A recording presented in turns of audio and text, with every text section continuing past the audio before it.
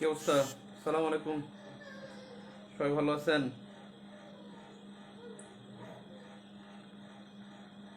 Icon প্লাসের last ভিউর উপরে ক্লাস 2020-21 শিক্ষাবর্ষের শিক্ষার্থীদের জন্য। বহুদিন পর দেখা হচ্ছে।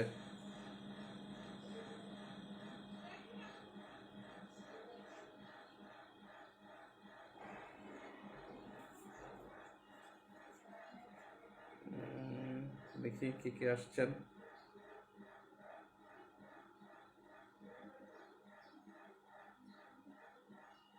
কমেন্ট দেখতে পাচ্ছি না এখনো। ওকে, পেয়েছি।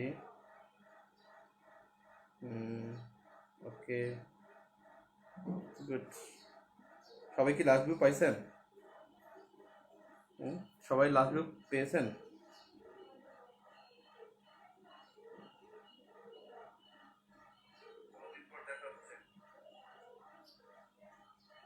ওয়ালাইকুম আসসালাম, ওয়ালাইকুম আসসালাম।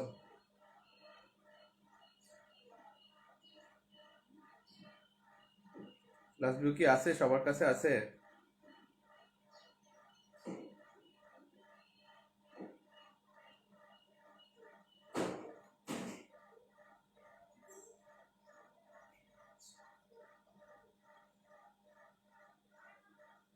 সবাই চলে আসেন।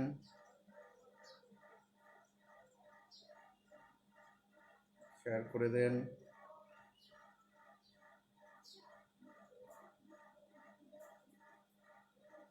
ওকে, আমরা দেখতে পাচ্ছি অনেকেই চলে আসছেন। আমাদের ক্লাস শুরু হবে। Class on last view, class on last view.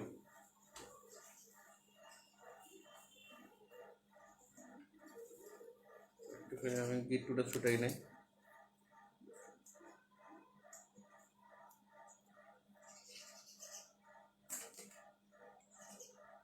ওকে,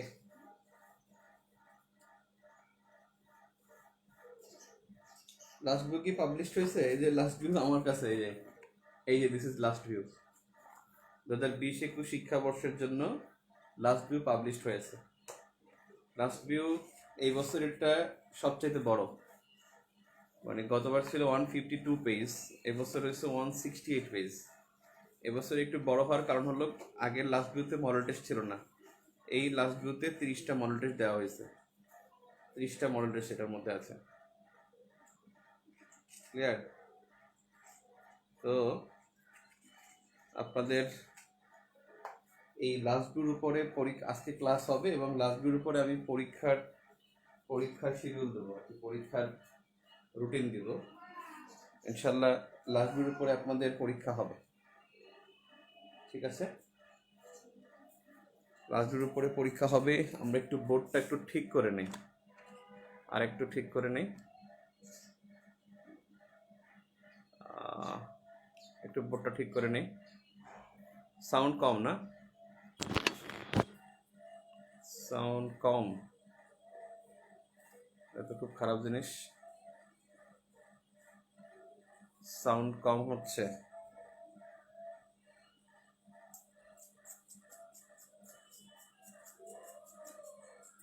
এক মিনিট।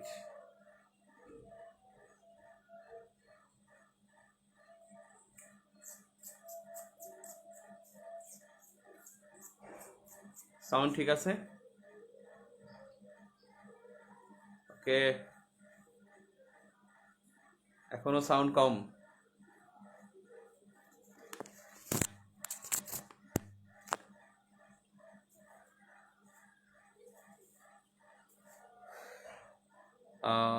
সাউন্ড ঠিক আছে? হ্যাঁ, 10টা মডেল টেস্ট আছে। 10টা মডেল টেস্ট আছে। আমি চেষ্টা করব সাউন্ড লাউড হওয়ার জন্য, চেষ্টা করবো ইনশাল্লাহ। ওকে, থ্যাংক ইউ। দেখেন, লাস্ট ভিউ বের হওয়ার পরে কিছু সাম্প্রতিক আপনাদের থাকবে, অর্থাৎ কিছু ঘটনা যেগুলো পরীক্ষা আসতে পারে। তো যেহেতু পরীক্ষার তারিখ আছে, যেহেতু পরীক্ষার তারিখ তারিখ দেওয়া হয়েছে, পরীক্ষার তারিখ দেওয়া হয়েছে 22 নভেম্বর বা নভেম্বরের 21 তারিখ 22 তারিখ। তো সেক্ষেত্রে মে মাসের, আমি দুঃখিত, যেহেতু মে মাসের পরীক্ষা হবে মে মাসে, সেক্ষেত্রে আমরা একটু 1 মাস আগে এটা বের করছি। আর এর মধ্যে কিছু ইনফরমেশন দরকার হবে আপনাদেরকে।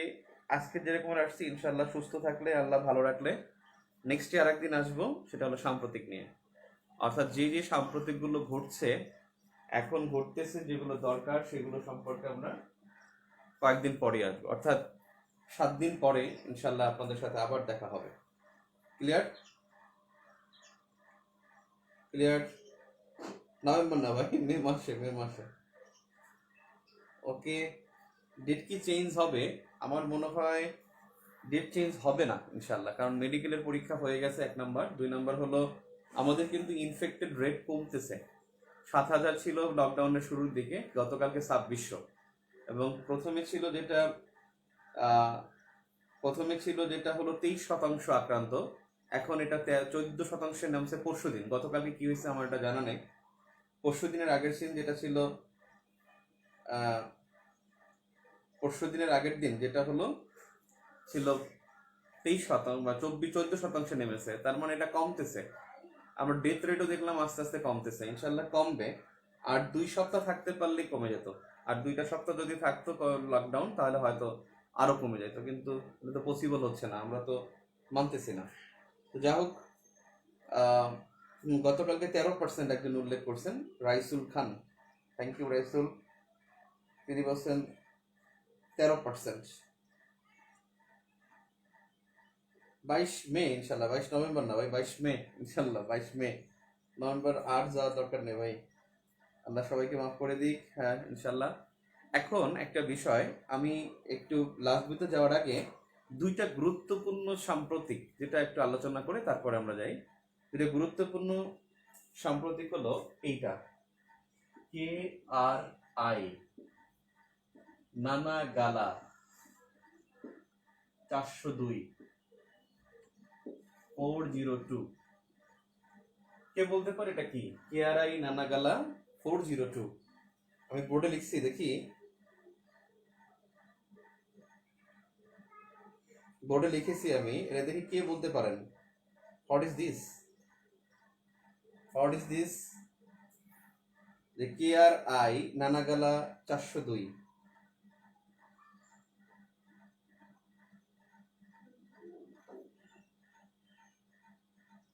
হ্যাঁ, প্রথমে উত্তর দিচ্ছে তাহমিদ হোসেন, তাহমিদ আহমেদ, তাহমিদ প্রথম উত্তর দিচ্ছে। Raisul Khan, thank you. Tauhidul Islam, thank you. Meghalaya, thank you. Okay, হ্যাঁ গুড। একজন আবার বলছে যে লাবিবা, তিনি বলছে যে একেবারে এটা হলো নিখোঁজ সাবমেরিন।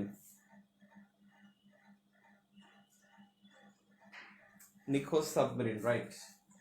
এর পরিচয় হলো ইন্দোনেশিয়ার নিখোঁজ হওয়া সাবমেরিন।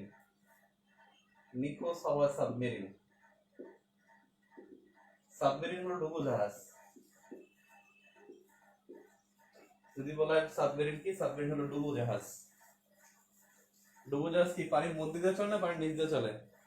বলেন তো, পানির নিচ দিয়ে না পানির উপর দিয়ে? ডুবোজাহাজ পানির নিচ দিয়ে চলে না উপর দিয়ে চলে? ডুবোজাহাজ পানির নিচ দিয়ে চলে না উপর দিয়ে চলে? 53 জন আরোহী নিয়ে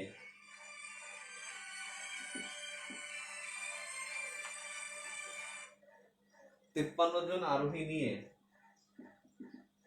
ভারত মহাসাগরে নিখোঁজ হয়।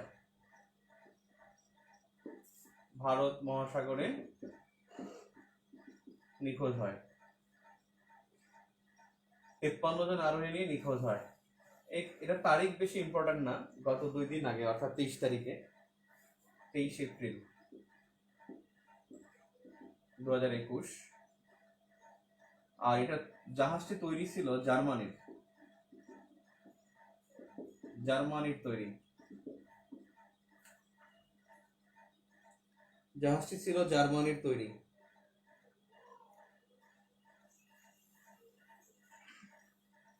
পানির নিচ দিয়ে চলে, অনেকেই বলছে পানির নিচ দিয়ে চলে। আসলে এটা পানির নিচ দিয়ে চলে না ভাই,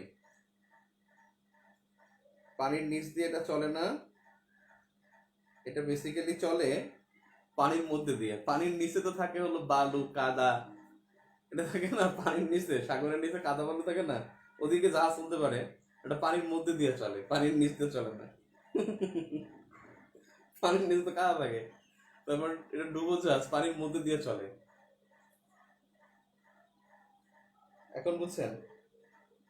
পানির ভিতর দিয়ে, ঠিক আছে। দেবতোষ মন্ডল তার উত্তর সঠিক। তাহলে এটা জার্মানির তৈরি, এটা খুব গুরুত্বপূর্ণ।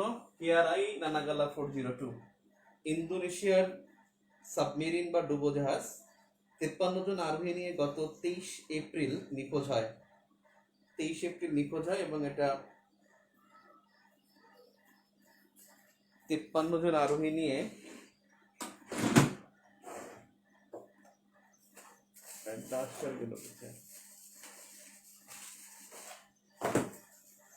যাই হোক, আমাদের জন্য আরেকটা গুরুত্বপূর্ণ ইনফরমেশন,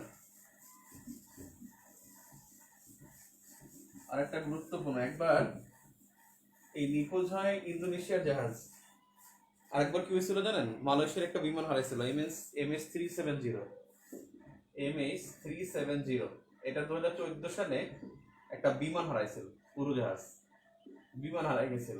তো এটা খুঁজতে 41টা দেশ বের হয়েছে বঙ্গোপসাগরে, ভারত মহাসাগরে, এই অঞ্চলে। মালয়েশিয়ার জাহাজ ছিল তো এই জন্য। তো বাংলাদেশও খুঁজতে গেছে, বুঝছেন? তো বাংলাদেশে তারা খুঁজা মানে পরের দিনই আইসা বলতেছে যে এখানে কোনো কিছু পাওয়া যাচ্ছে না। এখন বাংলাদেশের যে বিমান, তার মানে বাংলাদেশের যুদ্ধ জাহাজ যেটা পদ্মা, বিএনএস পদ্মা, তার গতিবেগ ঘন্টায় 23 নটিক্যাল মাইল।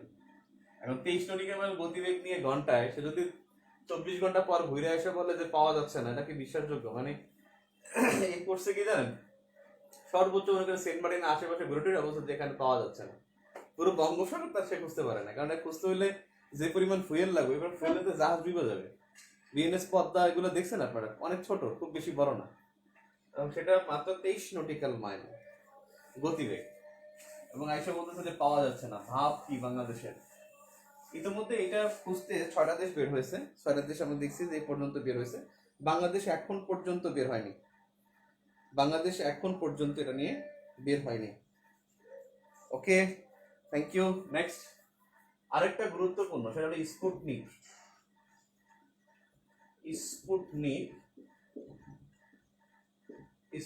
ভি বা 5, রোমান ভি আর কি। বাংলায় যে পত্রিকা লিখছে সেখানে ভি লিখছে। এটা হলো পৃথিবীর প্রথম করোনা ভ্যাকসিন বা টিকা। যেটা রাশিয়া। গত বছর প্রথমবারের মতো রাশিয়ায় বলছিল যে তারা স্পুটনিক 5 নামে একটি টিকা আবিষ্কার করছে। এটা রাশিয়ার তৈরি।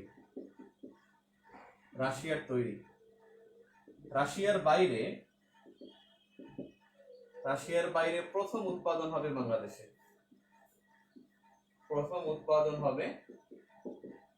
বাংলাদেশে। আর সেই রাশিয়া ও বাংলাদেশের মধ্যে চুক্তি, এখানে বিএস লিখছে, বিএস মানে বনাম। রাশিয়া বাংলাদেশ চুক্তি, এটা হয় 23 এপ্রিল, এটাও 23 এপ্রিল 2021। এবং এই ভ্যাকসিনটা 97.5% কার্যকর।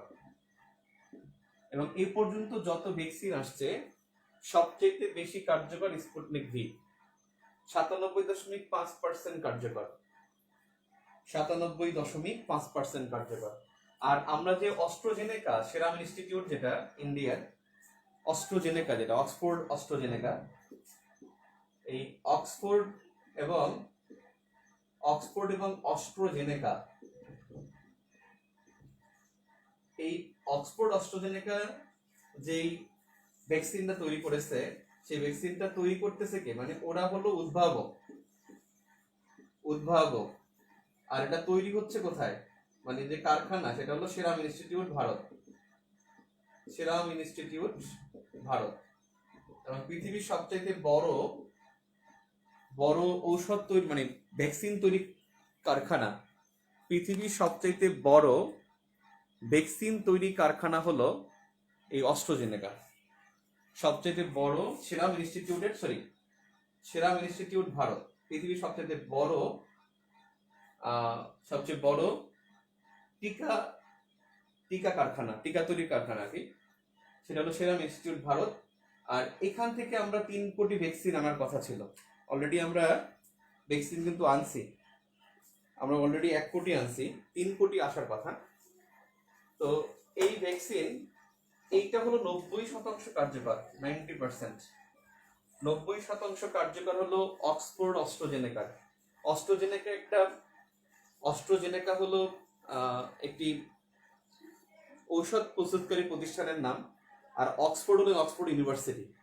এই অক্সফোর্ড আর অস্ট্রাজেনেকা এই দুইজন মিলে যে টিকাটা আবিষ্কার করছে, সেই টিকাটার উদ্ভাবক তারা তৈরি করছে কে, সেরাম ইনস্টিটিউট ইন্ডিয়া।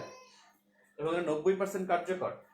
আর এই টিকাটার যিনি আবিষ্কারক, যেই নারীর আবিষ্কারক, তার নাম হলো সারা গিলবার্ট, ইংল্যান্ডের একজন ব্রিটিশ সারা গিলবার্ট। তিনি হলেন অক্সফোর্ড অস্ট্রাজেনেকার আবিষ্কারক সারা গিলবার্ট। এবং এই মহিলা শুধুমাত্র মানে কোভিডের টিকাটাই আবিষ্কার করেন নাই, তিনি কিন্তু ইবোলা ভাইরাসের টিকাও আবিষ্কার করেছেন। সারা গিলবার্ট উনি কিন্তু একজন নারী। তো এখন যে বিষয়টা হলো যে আরেকটা, বাংলাদেশ এখানে একটা চালাকি করছে, ইন্ডিয়ার সাথে 3 কোটি ভ্যাকসিন আনবে বলে একটা চুক্তি করেছে। আপনারা দেখছেন, একটা চুক্তি হয়েছিল ইন্ডিয়ার সাথে 5 নভেম্বর খুব সম্ভবত একটা চুক্তি হয়। সেই চুক্তিতে ভারত এখন দিতে পারতেছে না, কারণ ভারত এখন ইন্ডিয়ার নিজেদেরই সাপ্লাই গুলোতে পারতেছে না। তো বাংলাদেশ কি করছে, এর মধ্যে সিনোভ্যাক SINOVAC, সিনোভ্যাক, যেটা চীনের টিকা।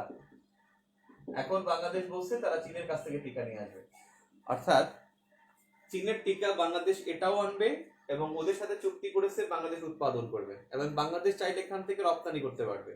এবং এখানে পুরো ফর্মুলাটা বাংলাদেশকে গোপন রাখতে হবে। এবং বাংলাদেশের যারা তৈরি করবে তাহলে এজেন্সিয়াল ড্রাগস হলো বাংলাদেশের সরকারি একটি ওষুধ প্রস্তুতকারী প্রতিষ্ঠান। এজেন্সিয়াল ড্রাগস এটা বাংলাদেশের একটি সরকারি প্রতিষ্ঠান। তবে এটা মানে বাংলাদেশের স্বাস্থ্য মন্ত্রণালয় যাকে ইচ্ছা তাকে দিয়ে উৎপাদন করতে পারবে, তবে স্বাস্থ্য মন্ত্রণালয় এটা গোপন রাখবে এবং ইচ্ছা করলে বাংলাদেশ এটা রপ্তানি করতে পারবে। আর সিনোভ্যাক হলো চীনের টিকা। এই চীনের টিকাটা সিনোভ্যাক, এটাও বাংলাদেশ আমদানি করবে। আর বঙ্গোভ্যাক, যেটা বাংলাদেশে যেটা আছে বঙ্গোভ্যাক্স, যেটা বাংলাদেশের একটা টিকা বঙ্গোভ্যাক্স, এই বঙ্গোভ্যাক্সটাও বাংলাদেশ ইচ্ছা করলে বাংলাদেশ উৎপাদন করতে পারে। বাংলাদেশ খুব ভালো পজিশনে আছে বঙ্গোভ্যাক্স উৎপাদন করার পর্যায়ে। মানে এটা 9টা ধাপ পেরোতে হয়, এটা বেশ কয়েকটা ধাপ পার হয়েছে। তার মানে বঙ্গোভ্যাক্স বাংলাদেশের, স্পুটনিক 5 হলো রাশিয়ার টিকা, সিনোভ্যাক হলো চীনের টিকা। আর রাশিয়ার বাইরে প্রথম উৎপাদনকারী দেশটার নাম হবে বাংলাদেশ। চুক্তি করেছে 23 এপ্রিল এবং 97.5% এটি কার্যকর। আর অক্সফোর্ড অস্ট্রাজেনেকা যে ভ্যাকসিনটা তৈরি করছে সেরাম ইনস্টিটিউট ইন্ডিয়া, পৃথিবীর সবচেয়ে বড় টিকা তৈরিকারী প্রতিষ্ঠান। ক্লিয়ার? লাস্ট ভিউটা ধরি। আমাদের এরকমের রিসেন্ট যেগুলো লাগবে আপনাদের সাথে আরেকবার ইনশাল্লাহ দেখা হবে। সেটা হলো আমরা হয়তো PDF দেবো, নয়তো সরাসরি ক্লাস হবে রিসেন্টের, এবং এটা হলো পরীক্ষার 1 সপ্তাহ আগে হবে।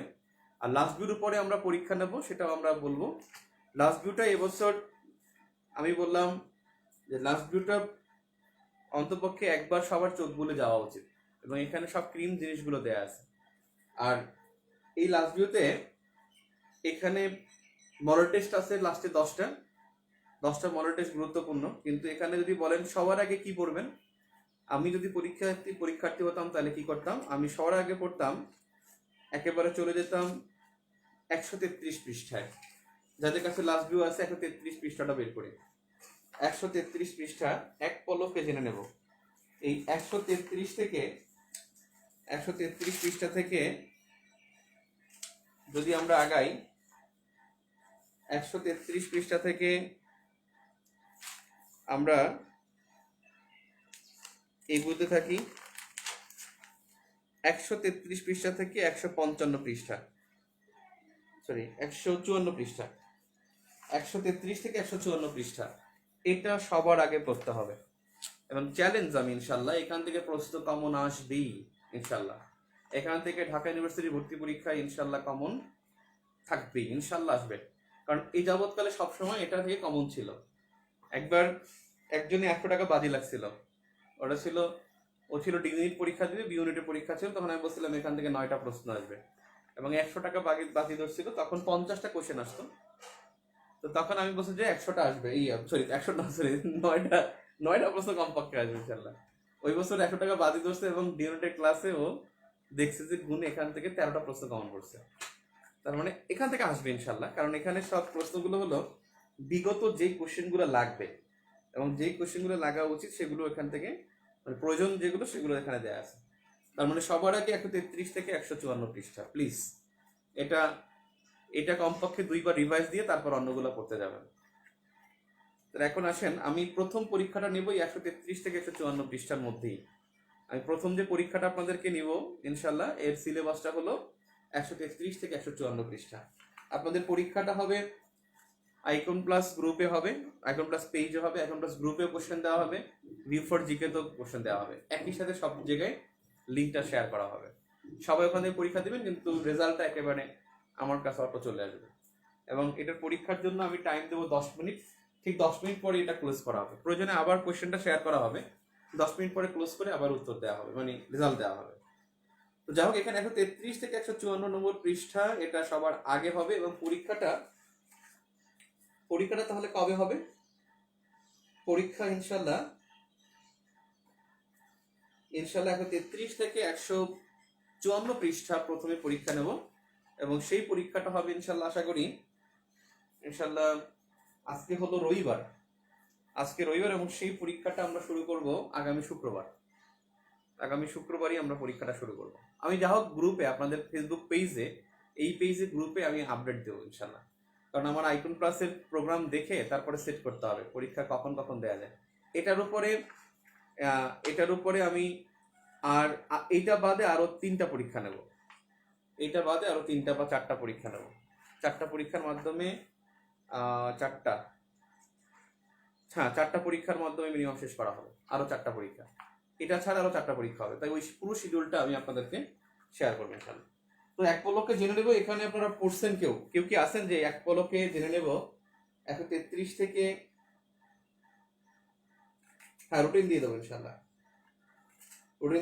রুটিন যাতে আপনারা পেয়ে যান। আমি সেই জন্য হয়তো প্রথম পরীক্ষাটা একটু দেরিতে দেবো, পরের গুলো ক্লোজ হবে, অর্থাৎ 2-1 দিন গ্যাপ থাকবে। এরপরে আসেন, আমি এখন আপনাদের একটু দাগাই দিই। 132 পৃষ্ঠা আসেন, 132 অন 32 পেজ। দেখেন এখানে 132 নম্বর পৃষ্ঠায় এখানে যতটুকু বিষয় আছে তার মধ্যে একবার নিচে দেখেন গ্রিন পিস, একবারে নিচে গ্রিন পিস দেখেন, এই যে গ্রিন পিস, এই গ্রিন পিসের গুরুত্ব অনেক বেশি। গ্রিন পিস মানে পরীক্ষায় গ্রিন পিস থেকে কোশ্চেন আসছে, হয়তো আসছে নিচের কোনটি পরিবেশ সংস্থা, গ্রিন পিস, অথবা 1971 সালে প্রতিষ্ঠিত পরিবেশ সংস্থা কোনটা, গ্রিন পিস। তারপরে আসে যে পরিবেশ নিয়ে কাজ করে কোনটা, গ্রিন পিস। অর্থাৎ যাই গ্রিন পিস অপশনে ছিল উত্তর হয় না এমন ঘটনা খুবই কম ঘটে নাই, আমার চোখে পড়ে নাই।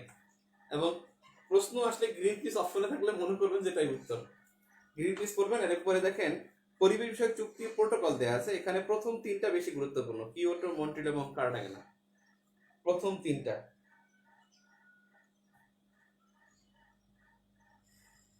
ওকে, এখন প্রথম তিনটা পেজ, 3টা মানে কিয়োটো, মন্ট্রিল এবং কার্টাগেনা, 132 পৃষ্ঠা কথা বলছি, গুরুত্বপূর্ণ। আগাথানা সাম্প্রতিক কয়েকটি ঘূর্ণিঝড়, এখানে আমপানটাই বেশি গুরুত্বপূর্ণ, আমপান, এই যে এখানে আমপানটা গুরুত্বপূর্ণ। এখানে যে 20 সালে বিশ্বের কয়েকটি ঘূর্ণিঝড় খুব বেশি গুরুত্বপূর্ণ না। আসেন অপর পাতায়, পেজ নাম্বার 131। 131 পৃষ্ঠার মধ্যে বদ্বীপ পরিকল্পনা অত্যন্ত গুরুত্বপূর্ণ। বদ্বীপ পরিকল্পনা সম্পর্কে এখানে যে তথ্যগুলো দেওয়া আছে সেগুলো পড়বেন। তবে বদ্বীপ পরিকল্পনার এই বিষয়টা মনে রাখবেন, বদ্বীপ পরিকল্পনা বা ডেল্টা প্ল্যান, বদ্বীপ পরিকল্পনা অথবা ডেল্টা প্ল্যান, এই ডেল্টা প্ল্যানে একটা তথ্য অ্যাড করে নেবেন। মনে রাখবেন স্বল্প মেয়াদী পরিকল্পনা হলো 2018 থেকে 2030, আর মধ্যমেয়াদী পরিকল্পনা হলো, যেহেতু এটা 82 বছরের একটা প্রজেক্ট, 18 সাল থেকে 21 সাল পর্যন্ত 82 বছরের একটা প্রজেক্ট, এর মধ্যমেয়াদী পরিকল্পনা 2031 থেকে 2050, আর দীর্ঘমেয়াদী পরিকল্পনা গৃহীত হবে 2051 থেকে 21 সাল পর্যন্ত। এই তিনটা সেগমেন্টে ভাগ করা। স্বল্প মেয়াদী হলো 2018 থেকে 2030, মধ্যমেয়াদী 2031 থেকে 2050, দীর্ঘমেয়াদী 2051 থেকে 2100।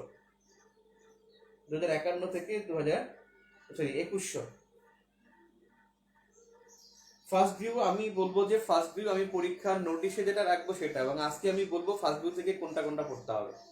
ফার্স্ট ভিউ নিয়ে কনসার্ন হওয়ার, ওয়ারিড হওয়ার কোনো কারণ নাই। লাস্ট ভিউর উপরে সিরিয়াস হবে। একটা বিষয় একটু 133 পৃষ্ঠা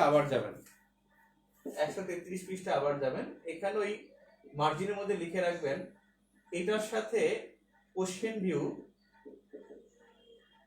থেকে 2019-20 ডিউ কোশ্চেনটা পড়বেন। ডিউ কোশ্চেন বি এবং ডি দুইটাই পড়বেন কোশ্চেন ভিউ থেকে, আর অল বিসিএস কোশ্চেন পড়বেন। এটার সাথে কোশ্চেন ভিউ থেকে অল বিসিএস কোশ্চেন ভিউতে যে বিসিএস কোশ্চেন গুলো দেয়া আছে সেগুলো পড়বেন। অর্থাৎ কোশ্চেন ভিউ থেকে 19-20 ঢাকা ইউনিভার্সিটির বি এবং ডি ইউনিটের কোশ্চেন, আর অল বিসিএস কোশ্চেন এটা পড়বেন কোশ্চেন ভিউ থেকে। অর্থাৎ ওই যে এক পল্লকে জেনে নেব তার সাথে অ্যাড করে পড়বেন এটা। কোশ্চেন ভিউ থেকে 19-20 ডিউ কোশ্চেন আর বি এবং ডি ইউনিটের, আর অল বিসিএস কোশ্চেন পড়বেন এখান থেকে। দেখবেন কোশ্চেন ভিউর মধ্যে অল বিসিএস কোশ্চেন দেওয়া আছে। তার মানে ডেল্টা প্ল্যান তিনটা সেগমেন্টে পালিত হবে, এবং তিনটা সেগমেন্ট আপনি দেখলেন, 18 থেকে 30, 31 থেকে 50, আর 51 থেকে 2100 সাল পর্যন্ত। এরপরে আসেন 131 পৃষ্ঠায় বদ্বীপ পরিকল্পনা ভালো করে পড়বেন। খুরুশকুল বিশেষ আশ্রয়ন প্রকল্প যেটা দেয়া আছে, এটা কক্সবাজারে, এটা মনে রাখবেন। এটা হলো পৃথিবীর বৃহত্তম আশ্রয়ন প্রকল্প, যেটা 253 একর জায়গা নিয়ে, এবং এখানে আশ্রয়ন প্রকল্প 2 নামে একটা কথা আছে, এইটার গুরুত্ব অনেক বেশি। আশ্রয়ন প্রকল্প 2, জলবায়ু জরুরি অবস্থা অত্যন্ত গুরুত্বপূর্ণ। আপনাদের জলবায়ু জরুরি অবস্থা থেকে প্রশ্ন হতে পারে, আর এখান থেকে, এই জায়গা থেকে আপনারা যতটুকু পারেন একবার রিডিং করে যাবেন। এখানে যা আছে সবগুলো একবার রিডিং করবেন। তবে বৈশ্বিক জলবায়ু ঝুঁকি সূচক 130 পৃষ্ঠায় বৈশ্বিক জলবায়ু ঝুঁকি সূচক মাঝখানে দেয়া আছে, বৈশ্বিক জলবায়ু ঝুঁকি সূচক 130 পৃষ্ঠায়। এটা অবশ্যই ভালো করে পড়তে হবে।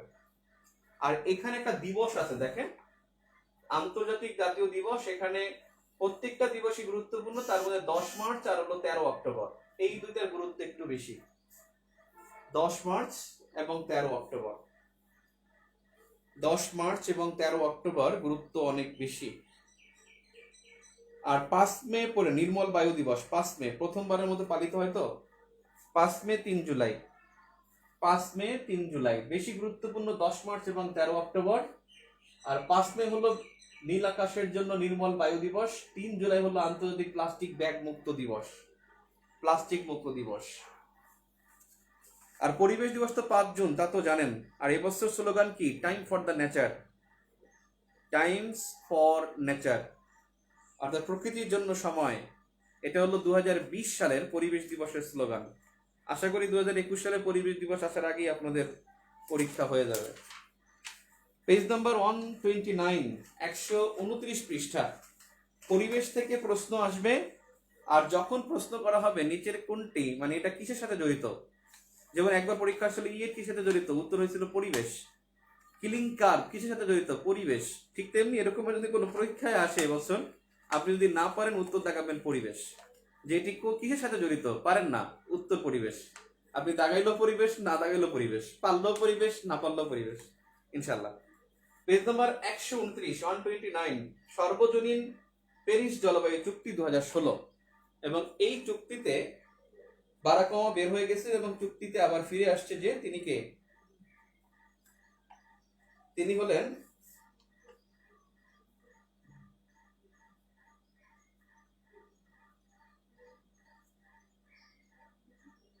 যেটা পড়ছে মানে সেখানে কিন্তু ট্রাম্প চলে গেছিল, সেখানে কিন্তু ফিরে আসছে কে, জো বাইডেন।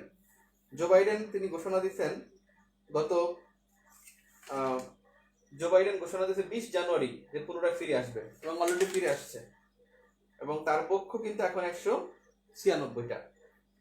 সবুজায়ন চুক্তির রূপরেখা, সবুজায়ন চুক্তির রূপরেখা এটাও গুরুত্বপূর্ণ। শুধু একটা বিষয় মনে রাখবেন যে সবুজায়ন চুক্তির রূপরেখায় যেটা বলছে যে তারা 100% রিনিউয়েবল এনার্জি মানে নবায়নযোগ্য জ্বালানি 2030 সালের মধ্যে করবে ইউরোপিয়ান ইউনিয়ন। গ্রিন ডিল যেটা সবুজায়ন চুক্তির রূপরেখা, গ্রিন ডিল, এখানে এই কথাটা মনে রাখবেন যে 2050 সালের মধ্যে ইউরোপীয় ইউনিয়ন কার্বন নিরপেক্ষ, অর্থাৎ কোনো কার্বন নিঃসরণের শূন্যর বেশি যাবে না, এবং 2030 সালে 100%-এর নিচে নবায়নযোগ্য জ্বালানি থাকবে। এখানে সম্মেলন দেয়া আছে একটা, সবার আগে গুরুত্বপূর্ণ হলো এই যে climate adaptation summit, climate adaptation summit 25 থেকে 26 জানুয়ারি 2021 নেদারল্যান্ডসের হেগ শহরে হয়। জলবায়ু অভিযোজন বিষয়ক নির্দেশনা, খুবই গুরুত্বপূর্ণ একটি সম্মেলন, এটা অবশ্যই ভালো করে পড়বেন। সিবিএফ এবং হলো V20 মোটামুটি গুরুত্বপূর্ণ, খুব বেশি গুরুত্বপূর্ণ না। বাম পাশে আসেন, এটা খুব গুরুত্বপূর্ণ, বৈশ্বিক জলবায়ু কেন্দ্র, বৈশ্বিক অভিযোজন কেন্দ্র। 128 পৃষ্ঠায় বৈশ্বিক জলবায়ু কেন্দ্র, বৈশ্বিক অভিযোজন কেন্দ্র মানে GCA, global centre on adaptation. এই কেন্দ্রটা পৃথিবী মানে প্রথম ছিল এটা বেইজিং এ, দ্বিতীয় যে কেন্দ্র হয়েছে দক্ষিণ পূর্ব এশিয়ার জন্য সেটা হলো ঢাকায়, এবং এই কেন্দ্রটা 2020 সালে ঢাকা হওয়ার কারণেই এই জিসিএ বা বৈশ্বিক অভিযোজন কেন্দ্রটা গুরুত্বপূর্ণ। রিপ নামে একটা সংস্থা আছে, যে risk informed early action partnership, এটা একটা অংশীদারিত্ব, এবং সেখানে রেড ক্রসের সাথে বাংলাদেশ আছে, এবং এর সদর দপ্তর হলো জেনেভায়। শেখ হাসিনা উদ্বোধন করছে, মোটামুটি ইনফরমেশন। এখানে দেখেন করোনা যেটা আছে, পেজ নাম্বার 127, 127 এবং 28 পৃষ্ঠায় করোনা, এখান থেকে একটা শব্দ বাদ দিবেন না। করোনা সম্পর্কে এটা প্রয়োজনে মুখস্থ লিখবেন, কি কি আছে দ্রুত লিখবেন। 1 নম্বর কিন্তু করোনা থেকে আসবে ইনশাআল্লাহ, এবং কোভিড নামটা মনে রাখবেন, কোভিড নাম কিন্তু। এবং প্যান্ডেমিক, প্যান্ডেমিক শব্দের অর্থ হলো অতিমারী বা বৈশ্বিক মহামারী। গ্লোবাল প্যান্ডেমিক, গ্লোবাল ইপিডেমিক অথবা প্যান্ডেমিক। প্যান্ডেমিক বললে বুঝতে হবে যে বৈশ্বিক মহামারী অথবা অতিমারী, আর শুধু মহামারী যেটা আঞ্চলিক যেটা হয় সেটা হলো এপিডেমিক। এপিডেমিক হলো আঞ্চলিক মহামারী, আর বৈশ্বিক মহামারী হলো প্যান্ডেমিক। এই বৈশ্বিক মহামারীকে আরেকটা নামে ডাকা হয়, সেটা হলো অতিমারী। প্যান্ডেমিক শব্দের অর্থ হলো অতিমারী। প্যান্ডেমিক হয়তো অতিমারী থাকবে অপশনে, অথবা দেখবেন বৈশ্বিক মহামারী, বৈশ্বিক মহামারী। আর শুধু মহামারী বললে হয়তো এপিডেমিক, এপিডেমিক। এপিডেমিক হয়তো যদি বৈশ্বিক শুধু মহামারী হয়তো, বৈশ্বিক মহামারী বা অতিমারী হলো প্যান্ডেমিক। ক্লিয়ার? এরপরে আসেন বাম পাশে আছে মৃত ব্যক্তি, বাম পাশে মৃত ব্যক্তি। এবছর আপনাদের জন্য মৃত ব্যক্তিদের মধ্যে গুরুত্বপূর্ণ অনেকেই চলে গেছেন, আপনাদের কবরী সরোয়ারের তথ্য জানতে হবে, কারণ যারা কোশ্চেন করবে তারা কবরীর ভক্ত, ওই সময় তারা কবরীর সিনেমা দেখতো। আমরা কবরীটা আপনাদের নেক্সট ক্লাসে আমি পড়াই দেবো। কবরী এখানে লিখে রাখেন, কবরী সম্পর্কে জানবেন। কবরী, মৃত ব্যক্তির মধ্যে কবরী আছে, আর আনিসুজ্জামান এখানে যে কয়জন আছে একবার রিডিং দেন, খুব বেশি গুরুত্বপূর্ণ ইনফরমেশন এখানে নাই। মৃত ব্যক্তি আনিসুজ্জামান ছাড়া আর হলো কবরী ছাড়া আর মুর্তজা বশির, চিত্রশিল্পী মুর্তজা বশির মনির চৌধুরীর ছেলে ছিল, সরি মোহাম্মদ শহীদুল্লাহ, ডক্টর মোহাম্মদ শহীদুল্লাহ ছেলে ছিল মুর্তজা বশির, মোটামুটি গুরুত্বপূর্ণ। তবে আপনাদের একটা কথা মনে রাখবেন, আপনাদের জন্য রিসেন্ট কোশ্চেন কম আসবে। 30টা কোশ্চেনের মধ্যে হয়তো 4 থেকে 5টা রিসেন্ট থাকতে পারে, আর বাকি 25টা কোশ্চেনের মধ্যে কমপক্ষে 15টা প্রশ্ন আপনাদের বিগত কোশ্চেন থাকবে ইনশাল্লাহ, আর বাকি 10টা কোশ্চেন থাকবে ইতিহাস, ঐতিহ্য, বিভিন্ন কালচার থেকে। সেগুলো আমি বলবো। আপনারা যারা বুদ্ধিমান যারা প্রার্থী তারা বিগত কোশ্চেন ওই যে বললাম 30 থেকে 154 খুব ভালো করে পড়বে, আর এখান থেকে বেসিক ইনফরমেশন বেশি পড়বে। মৃত ব্যক্তিদের মধ্যে খুব একটা গুরুত্বপূর্ণ নাই, আমি বললাম মুর্তজা বশির, ডক্টর আনিসুজ্জামান আর কবরী সরওয়ার, এই তিনজনের নাম, তিনজনের পরিচয় একটু ভালো করে পড়েন। এটিএম শামসুজ্জামান থেকে প্রশ্ন হওয়ার সম্ভাবনা নাই, কবরী সরওয়ার থেকে প্রশ্ন হওয়ার সম্ভাবনা আছে। পেজ নম্বর 125 ক্লিয়ার করে দিচ্ছি, দেখেন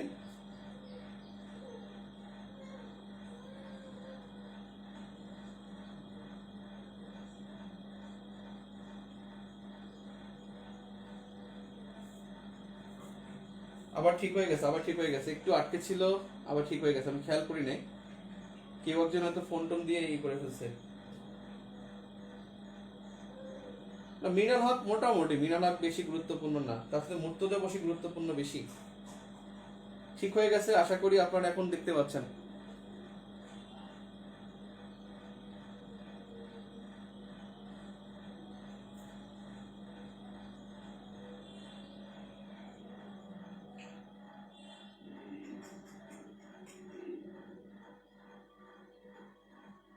ওকে, আমি যেটা বলতেছিলাম সেটা হলো যে এই জিনিসটা মনে রাখবেন, একনেক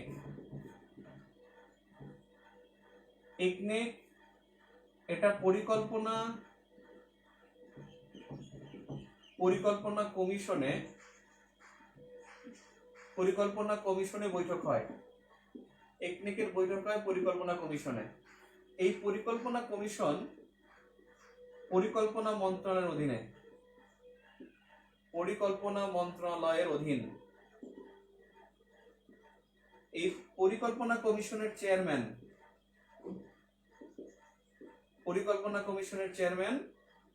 প্রধানমন্ত্রী। পরিকল্পনা কমিশনের চেয়ারম্যান হলো প্রধানমন্ত্রী। পরিকল্পনা কমিশনের ভাইস চেয়ারম্যান বা সহ সভাপতি, ভাইস চেয়ারম্যান হলেন পরিকল্পনা মন্ত্রী।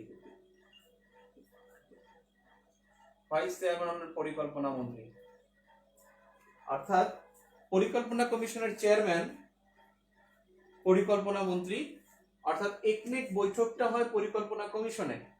পরীক্ষা আসতে পারে পরিকল্পনা কমিশন কোন মন্ত্রণালয়? পরিকল্পনা মন্ত্রণালয়।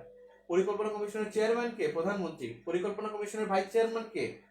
পরিকল্পনা মন্ত্রী। কিন্তু একনেকের সভাপতি হলো প্রধানমন্ত্রী, আর একনেকের সহসভাপতি হলো অর্থমন্ত্রী। এখানে এই প্যাচটাই ঝামেলা লেগে যায়। একনেক বললে কিন্তু প্রধানমন্ত্রী আর অর্থমন্ত্রী, আর পরিকল্পনা কমিশন বললে সেটা চেয়ারম্যান এবং ভাইস চেয়ারম্যান। চেয়ারম্যান হলো প্রাইম মিনিস্টার, ভাইস চেয়ারম্যান হলো পরিকল্পনা মন্ত্রী। একনেক বৈঠকটা হয় পরিকল্পনা কমিশন ভবনে বা পরিকল্পনা কমিশনের অধীনে।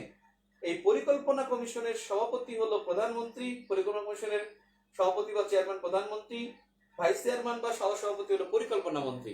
কিন্তু একনেকের সভাপতি হলো প্রাইম মিনিস্টার, একনেকের সহসভাপতি হলো অর্থমন্ত্রী,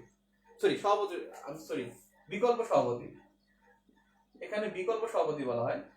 একনেকের বিকল্প সভাপতি হলো অর্থমন্ত্রী, বিকল্প সভাপতি। আর পরিকল্পনা কমিশনে বিকল্প বলা হয় না, সহসভাপতি বা ভাইস চেয়ারম্যান বলা হয়। I think clear. Last view বইটা আপনারা প্রিয়জনকে লাস্ট ভিউ উপহার দিবেন। প্রিয়জনকে আপনারা কি উপহার দিবেন? লাস্ট ভিউ উপহার দিবেন। বিবাহ বার্ষিকী, affairs day, marriage day, propose day, বিভিন্ন ডে আছে না, আপনারা বিভিন্ন জায়গায় বিভিন্ন দিবসে, জন্মদিনে, হ্যাঁ, আপনারা প্রিয়জনকে কি উপহার দিবেন? Last view. লাস্ট ভিউ এটা best view for admission test. Finally last view আপনারা উপহার দিবেন, ঠিক আছে? সত্যি কথা, ইনশাল্লাহ আমি বললাম লাস্ট ভিউ যে উপহার পাবে এবং সে যখন ভর্তি পরীক্ষা দিবে, লাস্ট ভিউ উপহার পেয়ে ভর্তি পরীক্ষা দিয়ে চান্স পেয়ে আপনাকে থ্যাঙ্কস দেবে ইনশাল্লাহ, অনেক থ্যাঙ্কস দিবেন। বললাম আপনাদের যে বড় ভাই বোনরা আছে ম্যাক্সিমাম ঢাকা ইউনিভার্সিটি ভর্তি পরীক্ষা দিচ্ছে, ম্যাক্সিমাম মানে 50% মিনিমাম ইনশাল্লাহ তারা লাস্ট ভিউ পরে পরীক্ষা দিচ্ছে এবং তারা কিন্তু লাস্ট ভিউর একটা প্রশংসা করে। কথা বুঝছেন? তারা এরকম বলে নাইম ভাই যাই হোক ভাই লাস্ট ভিউটা ভালো, এটা কিন্তু বলে। আপনাদের বলে না? বলেন, অনেকেই বলে। প্রাপ্তি আপনার কাছে কোশ্চেন ভিউ নেই কোনটার জন্য? এগুলো বলছে বি ইউনিট নাকি ডি ইউনিট? সবার জন্য। আমি এখন পর্যন্ত যা বলছি সবার জন্য। যখন আমি বি ডি যাব তখন আমি আলাদাগুলো দেব। ওকে ওকে ওকে। লাস্ট বুক কত পেজ? অনেক কম পেজ ভাই, অনেক কম পেজ, মাত্র 120 টাকা দাম। 120 টাকা দাম বাজারে।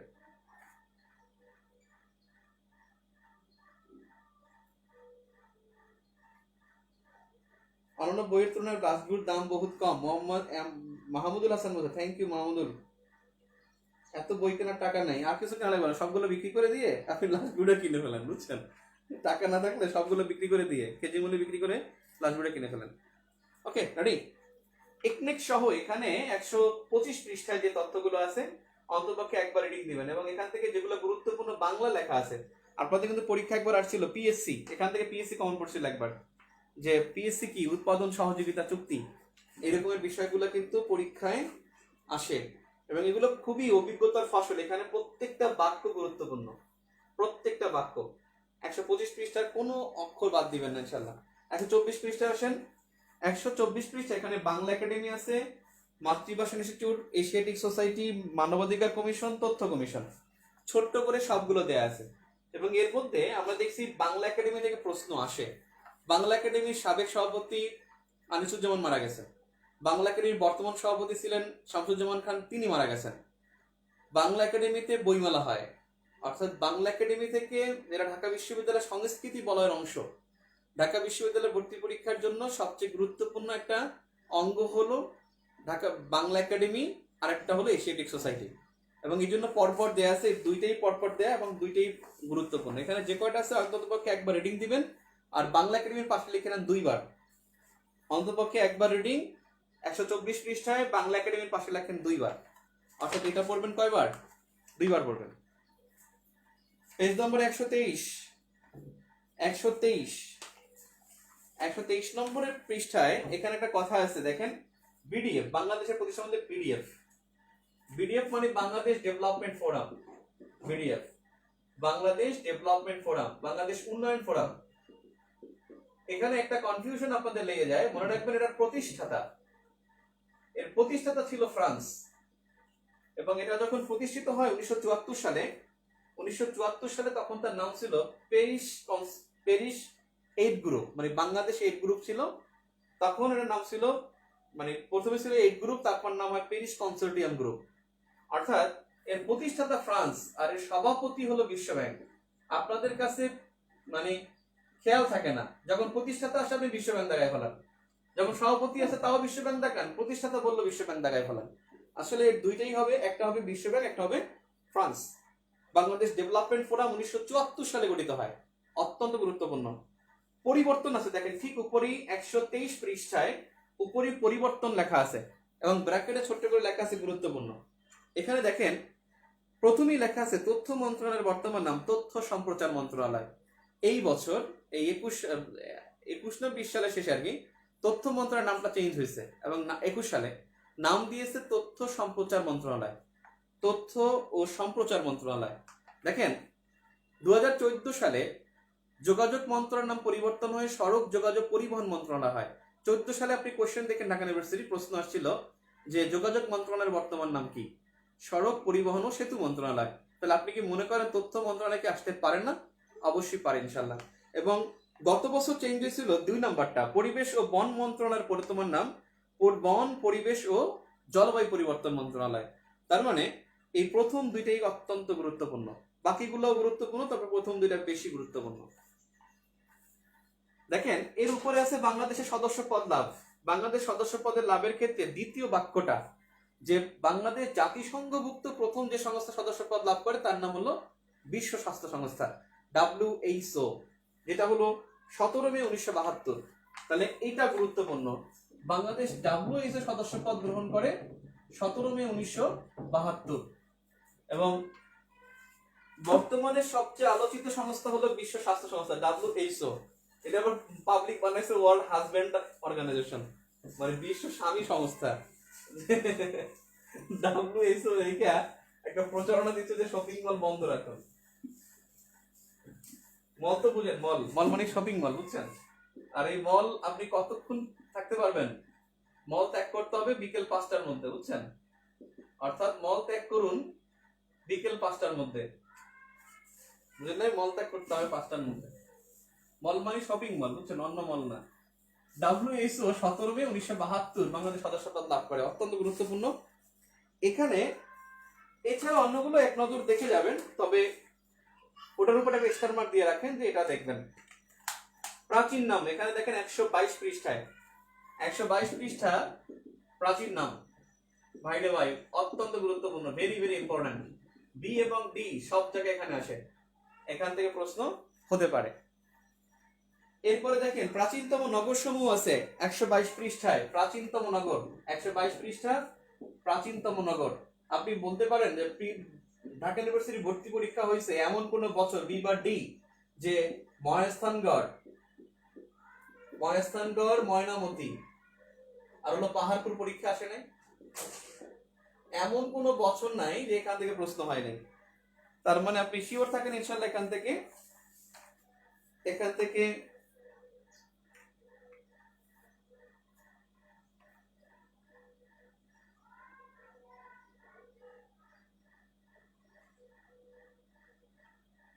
সরকার মোহাম্মদ শাহিন অন্তর তিথি, আচ্ছা কি বলতেছে?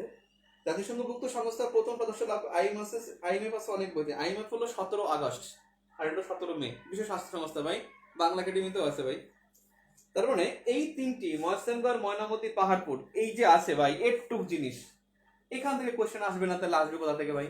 ইনশাল্লাহ, কারণ এখান থেকে আমরা দেখছি এমন কোনো বছর নাই যে এই ময়নামতি, পাহাড়পুর আর মহেস্থানগড় থেকে প্রশ্ন হয় না। মহেস্থানগড় তো মনে হয় 7-8 বার আছে। যে মহেস্থানগড় কোন নদীর তীরে? করতোয়া। মহেস্থানগড় কোথায়? বগুড়ায়। মহেস্থানগড় কি? মহেস্থানগড় প্রাচীনতম নগর রাষ্ট্র, প্রাচীনতম নগর বা নগর কেন্দ্র। পুণ্ড্রবর্ধনের রাজধানী কি? মহেস্থানগড় বা পুণ্ড্রবর্ধনের রাজধানী পুণ্ড্রনগর। অনেকবার আসছে এখান থেকে, সম্রাট অশোক তৈরি করছে। এখানে কিন্তু সেই তথ্যগুলো দেয়া আছে। আশা করি এটা বুঝছেন। স্থাপত্য ভাস্কর্য, জাদুঘর স্থান অন্ততপক্ষে একবার রিডিং দিবেন। 122 পৃষ্ঠার উপরে অন্তত একবার রিডিং, একবার, কারণ অনেক পারেন এটা আপনি, একবার। এবার আসেন পেজ নম্বর 121, অন 21, সংস্কৃতি দেয়া আছে ভাই। সংস্কৃতি, এখানে যে তথ্যগুলো আছে একটাও বাদ দেওয়া যাবে না, প্রত্যেকটা অন্ততপক্ষে একবার পড়তে হবে, অন্ততপক্ষে একবার পড়তে হবে। এখান থেকে অনেকবার প্রশ্ন আসছে, আরেক ফাল্গুন আসছে, 71-এর ডায়েরি আসছে, 71-এ ঢাকা 71-এর দিনগুলি আসছে, এখান থেকে অনেকবার প্রশ্ন আসছে। চিলিকোলা সেবাই আসছে। এখানে অল্প একটু জায়গা, কিন্তু এখান থেকে প্রশ্ন হবে, যে কোনো বিশ্ববিদ্যালয়ের জন্য গুরুত্বপূর্ণ। ঢাকা ইউনিভার্সিটি বলেন, জাহাঙ্গীরনগর বলেন, চট্টগ্রাম বলেন আর রাজশাহী বলেন, এখান থেকে গুরুত্বপূর্ণ। আর একটা কথা বলি ভাই, লাস্ট ভিউ, এটা কিন্তু আপনি ঢাকা ইউনিভার্সিটি, জাহাঙ্গীরনগর, জগন্নাথ না, রাজশাহী এবং চট্টগ্রাম, তিনটার জন্য এটা হাতে রাখবেন, তিনটার জন্য এটা হাতে রাখবেন। জাহাঙ্গীরনগর আমি চ্যালেঞ্জ দিলাম ইনশাল্লাহ, এটা পড়ে তারপর পরীক্ষা হলে যাবে, পরীক্ষা ভালো হবে। ওখান থেকে এক্সেপশন কোশ্চেন আসবে, 10টা কোশ্চেন ধরেন, মানে শতকরা 100টার মধ্যে 8 থেকে 10টা কোশ্চেন এদিক সেদিক হবে, অর্থাৎ 10টার মধ্যে একটা প্রশ্ন হবে যেটা ব্যতিক্রম, ওটার জন্য প্রিপারেশন নিতে হবে না। এটা পড়বেন, কমন পাবেন ইনশাআল্লাহ। আপনাদের আহমদুল্লাহ ভাইকে চিনেন, আইকন প্লাসের শিক্ষক আহমদুল্লাহর ঘরণী, তিনি কিন্তু গত বছর জাহাঙ্গীরনগর বিশ্ববিদ্যালয় পরীক্ষা দিয়ে 5টা না 6টা সাবজেক্টে চান্স পেয়েছে, এবং সে লাস্ট গ্রুপ বাইরে পড়ে নাই, বুঝছেন? তাকে জিজ্ঞেস করে দেখেন। তার মানে এটা যে কোনো ভার্সিটির জন্য এটা গুরুত্বপূর্ণ। কভার পেজ থেকে আসবে না, কোনো পেজ থেকে আসবে, কভার পেজ থেকে আসতে পারে। দেখেন এখানে দুইটাতে দেয়া আছে। এভারগ্রিন হলো কোম্পানি, এটা হলো জাপানের একটি কোম্পানি, আর জাহাজের নামটা হয়েছে কি এভারগিভেন, এভারগিভেন। আর এই কোম্পানিটার সদর দপ্তর হলো তাইওয়ান। এভারগিভেন থেকে আসতে পারে, যেটা সুয়েজ খালে আটকা পড়েছিল। সুয়েজ খাল লোহিত সাগর এবং ভূমধ্য সাগরকে যুক্ত করেছে। সুয়েজ খাল মিশরের মধ্যে দিয়ে গেছে। 1956 সাল থেকে এটা মিশরের জাতীয়করণ হয়েছে। সুয়েজ খাল খনন হয় 1869 সালে, 1859 সালে শুরু হয়, 69 সালে শেষ হয়। সুয়েজ খাল চালু হয় 1869 সালে। 161 কিলোমিটার এটা, মানে 161 কিলোমিটার হলো এটা দৈর্ঘ্য।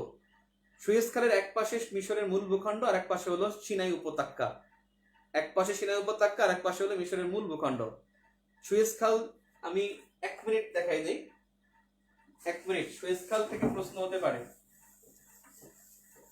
সুয়েজ খালটা হলো এরকমের, একটা পাঁচ আঁকেন, ধরেন 5, সুন্দর 5, এখানে আর একটা 5 আঁকেন।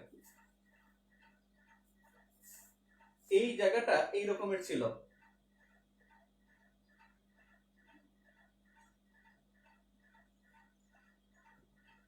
এইটা হলো মিশর, এটা তো সৌদি আরব, এটা সৌদি আরব। এইটা হলো ভূমধ্য সাগর, ভূমধ্য সাগর। ধরেন আপনি এখান থেকে জাহাজ নিয়ে গেছেন, এখানে তুরস্ক, এটা তুরস্কে যাবেন।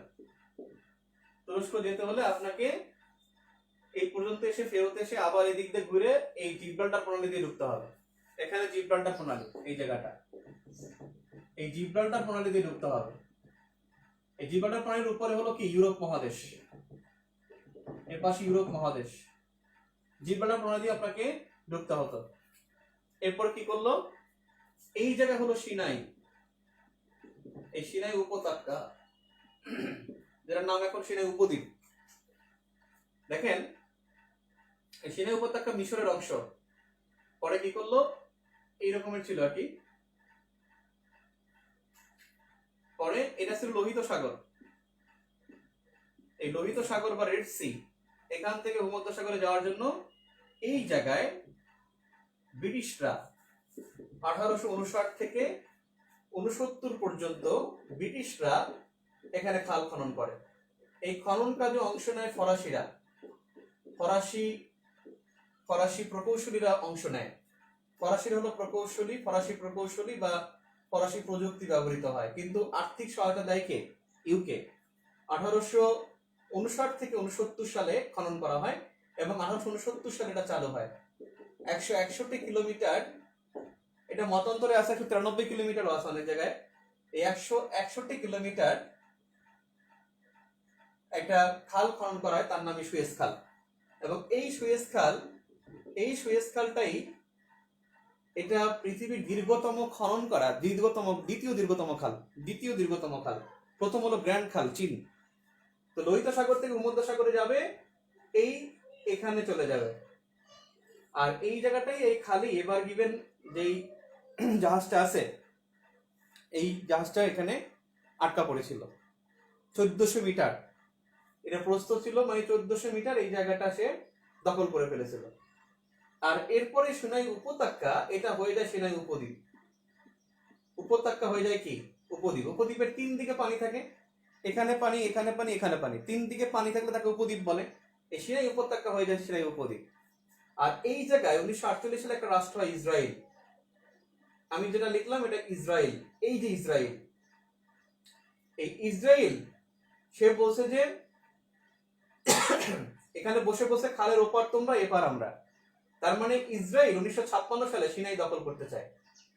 সিনাই দখল করে সে বলে যে তাহলে খাল কার, অর্ধেক আমার অর্ধেক তোমার। এই ইসরায়েল 1956 সালে এই মিশরের সাথে যুদ্ধ করে। তাহলে সুয়েজ নিয়ে যুদ্ধ হয় 1956 সালে মিশর এবং ইসরায়েলের মধ্যে। ইসরায়েল, মিশর হলো আরব দেশ, আরবিতে কথা বলে, এই জন্য এটাকে বলা হয় দ্বিতীয় আরব ইসরায়েলের যুদ্ধ। দ্বিতীয় আরব ইসরায়েলের যুদ্ধ। তাহলে দ্বিতীয় আরব ইসরায়েলের যুদ্ধ এটা হয় কত সালে, 1956 সালে। এক পক্ষ ইসরায়েল আর এক পক্ষ কে? মিশর। এই যুদ্ধের পর 1956 সালে মিশর সুয়েজ খালকে জাতীয়করণ করে ফেলে। তাহলে মিশর সুয়েজ খালকে জাতীয়করণ করে কবে? 1956 সালে। মিশর যুদ্ধ করে কার সাথে? ইসরায়েলের সাথে। এই সিনাই উপদ্বীপ দখল করে ফেলছিল ওই 56 সালে ইসরায়েল মিশরের কাছ থেকে। সিনাই কিন্তু মিশরের অংশ এখনো। এবং মনে রাখবেন, এই সিনাই কিন্তু আফ্রিকার মালিকানা, কিন্তু এশিয়া মহাদেশের অন্তর্ভুক্ত। পরীক্ষা আসতে পারে আফ্রিকার কোন ভূখণ্ডটি এশিয়া মহাদেশের অন্তর্ভুক্ত? সিনাই উপদ্বীপ। এবং মধ্যপ্রাচ্যে আপনাদের দেশের নাম শোনেন, মধ্যপ্রাচ্যে যে 17টা দেশ আছে তার মধ্যে একটা দেশ 18টা মতান্তরে, সাইপ্রাস সহ 18টা। তো মধ্যপ্রাচ্যের যে দেশগুলো আছে, আমার স্যার ফোন করছে, 1 মিনিট। আসসালামু আলাইকুম স্যার। হ্যাঁ স্যার, স্যার আমি ক্লাসে, স্যার আমি অনলাইন ক্লাসে স্যার।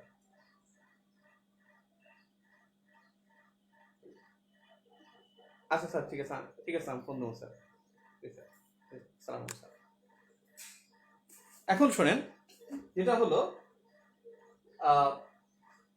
যেটা স্যারকে বলে ফেলেছে যে আমি ক্লাসে। আল্লাহ রে, স্যার কি করবো, ওর অফিসের স্যার বস অনলাইন ক্লাসে।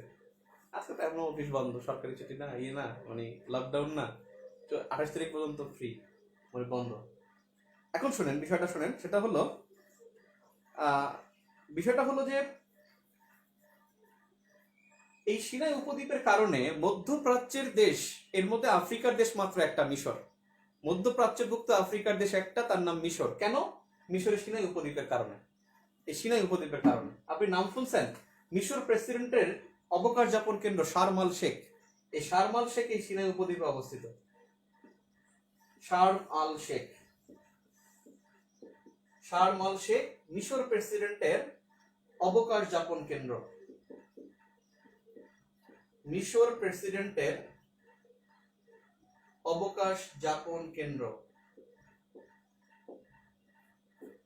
মিশর প্রেসিডেন্টের অবকাশ যাপন কেন্দ্র শার্ম আল শেখ।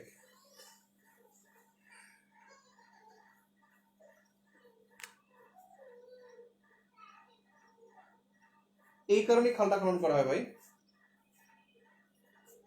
হ্যাঁ, তহিদুল ইসলাম তিনি বলছেন যে আজকে থেকে শুরু করবে ইনশাল্লাহ। আজকে থেকে শুরু করলো সে সাধারণ জ্ঞান, আমি বললাম আজকে থেকে সে লাস্ট ভিউ শুরু করবে ইনশাল্লাহ। সেও সাধারণ জ্ঞান ভালো করবে। সাধারণ লাস্ট ভিউর জন্য, মানে সাধারণ জ্ঞানের জন্য লাস্ট ভিউ, ইংলিশের জন্য বেবি ম্যানুয়াল এবং তার ইনস্ট্রাকশন, আর বাংলার জন্য হলো বর্ণমালা, সরি স্বরবর্ণ। বাংলার জন্য হলো স্বরবর্ণ।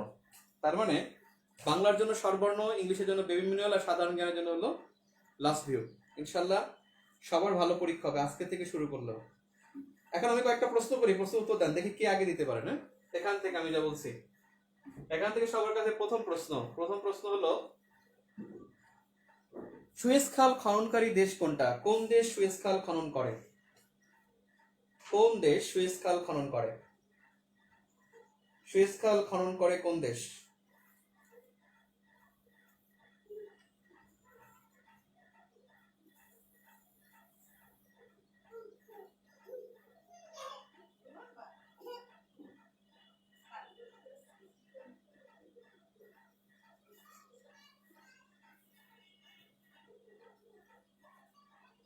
একজন উত্তর করতে পারেন এখনো।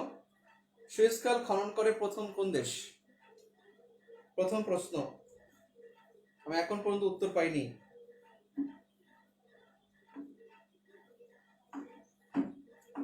সুয়েজ খাল খনন করে প্রথম কোন দেশ?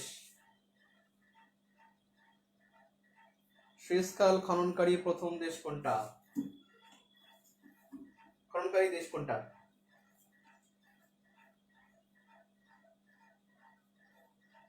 অনেকেই প্রশ্ন উত্তর দিচ্ছেন। SK Bijoy Karmakar, thank you. Umme Kulsum, thank you. আল্লাহ রে, আব্দুর রহমান, থ্যাংক ইউ। তানিয়া ইয়াসমিন জুই, তিনি বলছে আমেরিকা। ওরে ভাই, আপনি আমেরিকা না? আপনার ট্রাম্প পাইলে কানের উপরে দিবে আপনাকে। আমেরিকা না রে ভাই, খনন করছে ব্রিটিশরা, কিন্তু প্রকৌশলী যদি বলে তাহলে হবে কে? ফ্রান্স, ফরাসি প্রকৌশলীগণ। ওকে, আমার দ্বিতীয় প্রশ্ন এখান থেকে, সেকেন্ড প্রশ্ন, আফ্রিকা মহাদেশের কোন ভূখণ্ডটি এশিয়ায় অবস্থিত?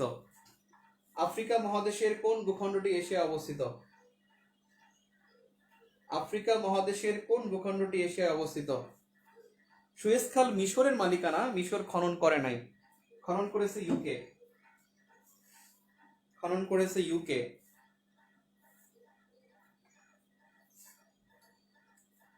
সিনাই, হ্যাঁ সিনাই উত্তর দিয়েছে প্রথমে। আফ্রিকা মহাদেশের যে দেশটা এশিয়ায় সেটা হলো সিনাই, উত্তর দিয়েছে এমনি এনায়েতুল্লাহ, আশরাফ মিনহাজ, ঈশান, নার্গিস জাহান, স্বাধীন আহমেদ জয়, শাকিলা হক। Thank you. আমার থার্ড প্রশ্ন এখান থেকে, থার্ড প্রশ্ন, প্রশ্ন নাম্বার 3। প্রশ্ন নাম্বার 3 হলো সুয়েজ খাল নিয়ে মিশরের সাথে কোন দেশের কত সালে যুদ্ধ হয়? মিশরের সাথে কোন দেশের কত সালে যুদ্ধ হয়? সুয়েজ খাল নিয়ে মিশরের সাথে কোন সালে কত সালে, মানে কোন সালে কার সাথে যুদ্ধ হয়? সুয়েজ খাল নিয়ে যুদ্ধ হয় কত সালে?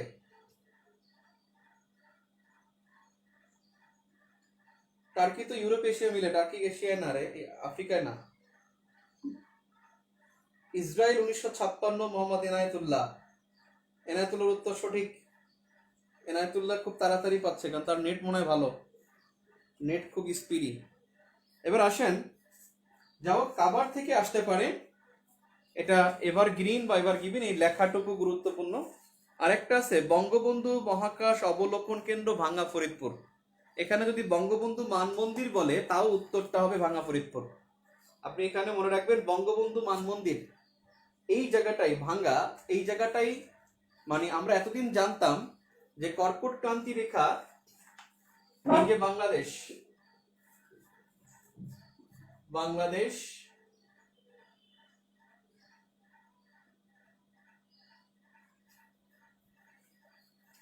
আল্লাহ জানে কি একে বলে, বাংলাদেশ না আফগানিস্তান একে বলে।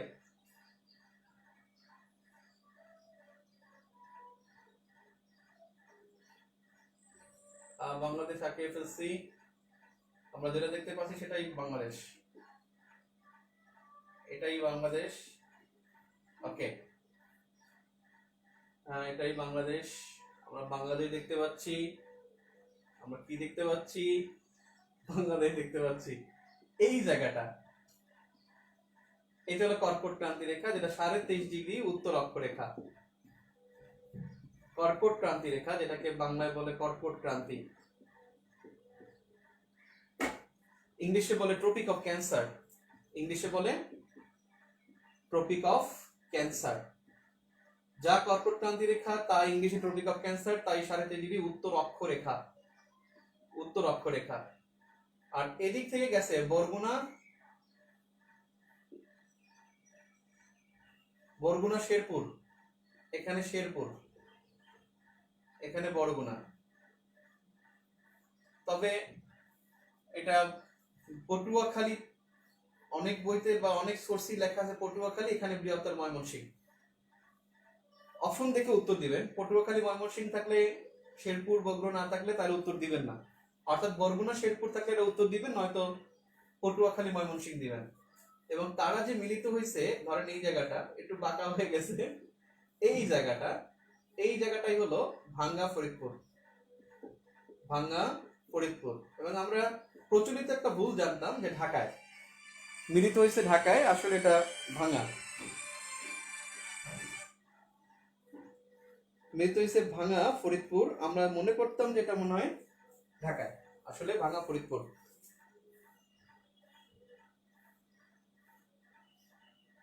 ভাঙ্গা ফরিদপুর।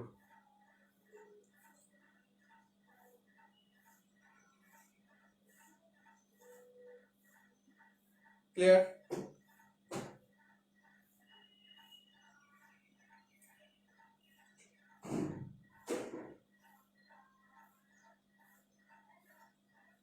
তাহলে এই যে গেছে এই রেখাটা, এটা হলো 90 ডিগ্রি পূর্ব দ্রাঘিমা রেখা, 90 ডিগ্রি পূর্ব দ্রাঘিমা রেখা। 90 ডিগ্রি পূর্ব দ্রাঘিমা রেখা আর কর্কট ক্রান্তি রেখা, এই দুইটা মিলিত হয়েছে ভাঙ্গা ফরিদপুর। কর্কট ক্রান্তি রেখা, 90 ডিগ্রি পূর্ব দ্রাঘিমা রেখা। তাহলে আফ্রিকা এবং ইউরোপকে পৃথক করেছে জিব্রাল্টার প্রণালী, আর লোহিত সাগর এবং ভূমধ্য সাগরকে যুক্ত করেছে হলো ভূমধ্য সাগর সুয়েজ খাল। আর সুয়েজ খাল বিভক্ত করেছে মিশর এবং মিশরকে, অর্থাৎ মিশরের মূল ভূখণ্ড এবং সিনাই উপদ্বীপকে।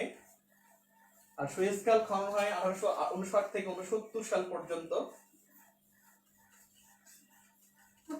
সিনাই উপদ্বীপে রাশিয়ার মিশরের প্রেসিডেন্টের অবকাশযাপন কেন্দ্র শারম এল শেখ অবস্থিত। শারম এল শেখ অবস্থিত।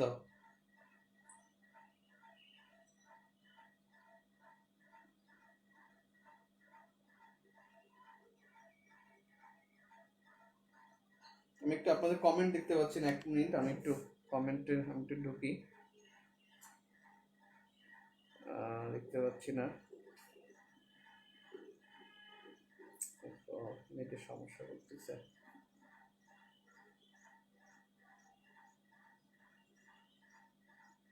ওকে, পেয়েছি। Bangladesh is beautiful for Patuakhali, thank you. অপুষ্টিকর অসুস্থ বাংলাদেশ, বৃষ্টিহীন এলাকায় পানিও নাই, কোথায় তুমি কেউ দেখাইও না। ওকে ঠিক আছে, আচ্ছা ভাই ঠিক আছে, দেখবো।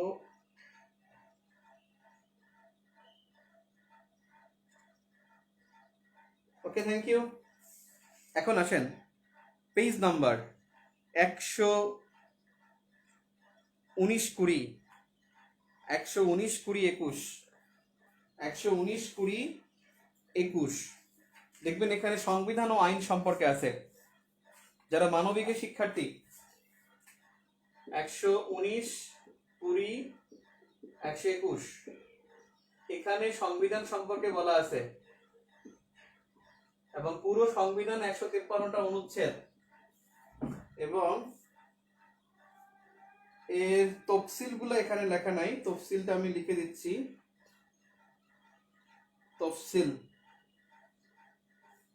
তফসিল মনে রাখবেন।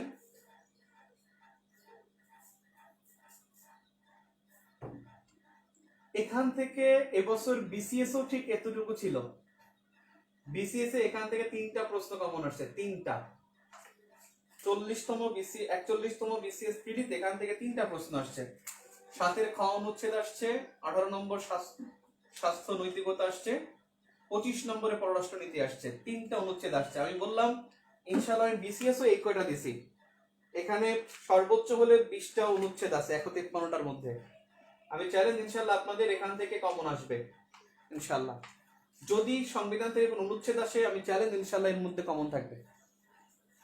আপনাদের এই সংবিধানের অনুচ্ছেদ বি ইউনিট যারা, তারা খুব বেশি ভালো করে পড়বেন, এই কয়েক পৃষ্ঠা অর্থাৎ কমপক্ষে 3 বার পড়বেন, এবং সংবিধানের জন্য চিন্তা নাই, ইনশাআল্লাহ এখান থেকে কমন পড়বে। আর এতটুকু লিখে নেন তফসিল। সংবিধানের তফসিল হলো 7টি তফসিল। এর মধ্যে আপনার জন্য গুরুত্বপূর্ণ যে 1972 সালে তফসিল ছিল 4টি। 1972 সালে সংবিধানে তফসিল ছিল 4টি। এই 72 সালের তফসিল থেকে দ্বিতীয় তফসিল বাতিল করা হয়। এই তফসিলটা হলো উপরাষ্ট্রপতি নিয়োগ নিয়ে, আর বাংলাদেশ এখন আর উপরাষ্ট্রপতি নাই। আর এছাড়া এই তফসিল লিখলেন 5ম তফসিল। আচ্ছা, 2011 সালে পঞ্চদশ সংশোধনীতে 3টি তফসিল যুক্ত হয়। 3টি যুক্ত হয় মানে কি 4 আর 3 হলো 7টা। সেই 3টা কি 5ম তফসিল হলো 7 মার্চের ভাষণ। তাহলে 7 মার্চের পরে বাংলাদেশের ইতিহাসে কি মার্চ? 26 March, sorry 26 March. 26 মার্চের স্বাধীনতার ঘোষণা। 26 মার্চের স্বাধীনতার ঘোষণা, এটা হলো 6ষ্ঠ তফসিল। 26 মার্চের পর বাংলাদেশের জন্য গুরুত্বপূর্ণ হলো 10 এপ্রিল, 71 সালের 10 এপ্রিলের স্বাধীনতার ঘোষণাপত্র।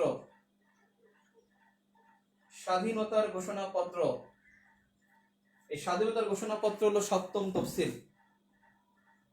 তাহলে মনে রাখবেন 7, 26, 10, তার মানে মার্চের পরে এপ্রিল, তার মানে 5ম, 6ষ্ঠ, 7ম তফসিল।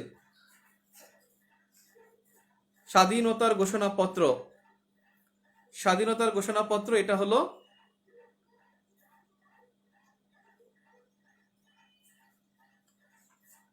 অহেতুক কথা না বলে একটু পড়াশোনা করো রে ভাই।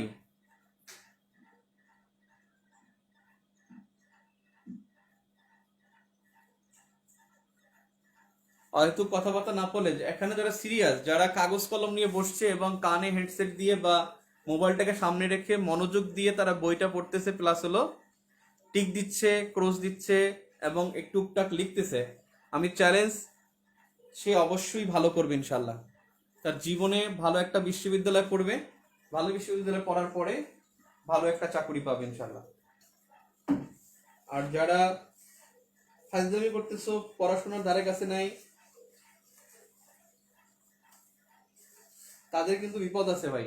এখনো যদি সিরিয়াস না হও, খবর হয়ে যাবে, খবর হয়ে যাবে। অর্থাৎ বি ইউনিট কমপক্ষে 3 বার পড়বে এটা, আর ডি ইউনিট যারা, তারা একবার রিডিং পড়বে এবং শুধু অনুচ্ছেদ গুলো পড়লেই চলবে, আর তফসিলটা লিখে নিল। তফসিল আমার মনে হয় বিতেই আসবে, ডিতে আসার সম্ভাবনা একটু কম। ওকে, আমরা 119, এরপরে দেখেন বাম পাশে আছে 118 পৃষ্ঠা। 118 পৃষ্ঠা দেওয়া আছে, দেখেন 118 পৃষ্ঠায় যারা ঘ ইউনিট, যারা ঘ ইউনিট শুধুমাত্র দিবস পড়বে, দিবস 118 পৃষ্ঠায়। আর উক্তি প্লাস তত্ত্ব প্রবক্তা, এটা হলো শুধু মানবিকের শিক্ষার্থীরা পড়বে, শুধু মানবিক। মানবিকই আসে, এটা ঘ ইউনিটে আসে না।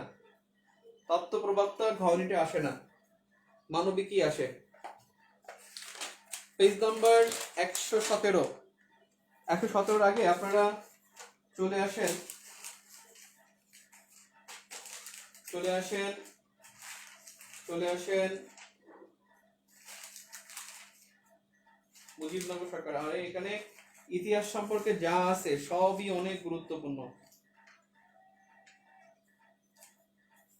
104, 104 থেকে 117, 104 থেকে 117 মানবিকের শিক্ষার্থীরা, যাদেরকে আমি আগেও বলেছিলাম যে আপনাদের পড়তে হবে টেক্সট বুক। টেক্সট বুক এখানে ইতিহাস সম্পর্কে সব দেয়া আছে, ইতিহাস। আর আমি বলছিলাম ইতিহাস থেকে ঘ ইউনিটে প্রশ্ন আসে বিগত থেকে, যেগুলো বিগত প্রশ্ন আসছিল বিভিন্ন পরীক্ষায়, সেখান থেকে চলে আসে। ঘ ইউনিট যদি ইতিহাস থেকে বিগত কোশ্চেনগুলো পড়ে ফেলে, ফার্স্ট ভিউতে বিগত দেয়া আছে, আমার মনে হয় তার প্রিপারেশন ইতিহাস থেকে 50% এনাফ।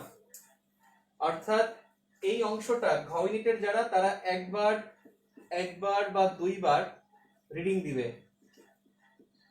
শুধু রিডিং দিয়ে যাবে। আর মানবিকের শিক্ষার্থীরা টোটালি মুখস্থ রাখবে, টোটালি মুখস্থ।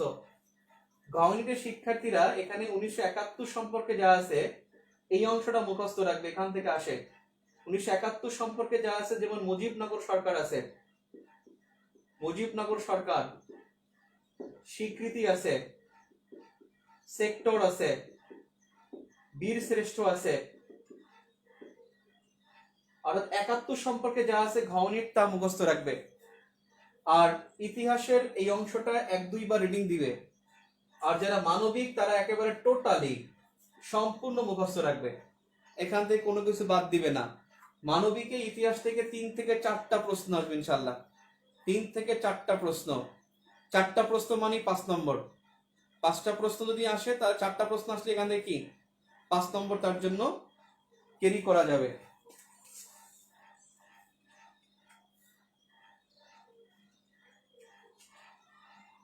মুখস্থ সব মানবিকের উপর চাপিয়ে দেয়, কথা সত্য। পেজ নাম্বার 102, 103, 102 নামে এখান থেকে আসি। সত্যি কথা বলতে এখানে কোনো হাবিজাবি দেয়াই হয়নি, বুঝছেন? ওই যে একজন বলছে না যে আনকমন, মানে হুদাই ফালতু জিনিস দেওয়া হয় না, এখানে সব গুরুত্বপূর্ণ জিনিস, এবং একবার ভালোভাবে রিভিশন দেওয়ার জন্য, ভালো রিভিশনের জন্য এটার উপরে আর কিছু আমি খুঁজে পাই না। এবং রিভিশন দিয়ে সে 10টি মডেল টেস্ট দিবে।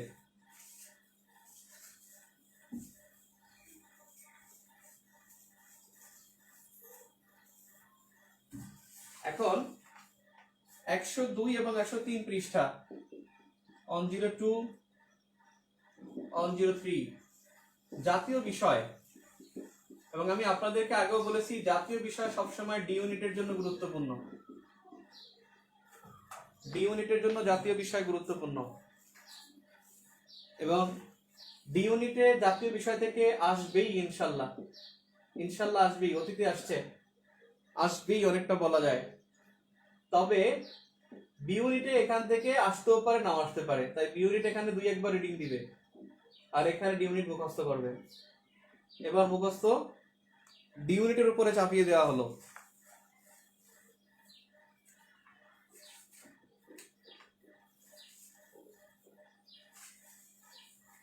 আমি যেখান থেকে বলি এটা অত্যন্ত গুরুত্বপূর্ণ, এখান থেকে আসবেই, সেটা অবশ্যই আসার মতো করে পড়তে হবে। দেখেন আপনাদের বাংলাদেশের ভূপ্রকৃতি 99 থেকে 102, বাংলাদেশের ভূপ্রকৃতি। ভূপ্রকৃতি বলতে এখানে নদী পাহাড়, নদী পাহাড় এখান থেকে প্রশ্ন হয়, মাঝে মাঝে সাঝে এখান থেকে আসে। মোটামুটি 1-2 বার সবাই রিডিং দিবে।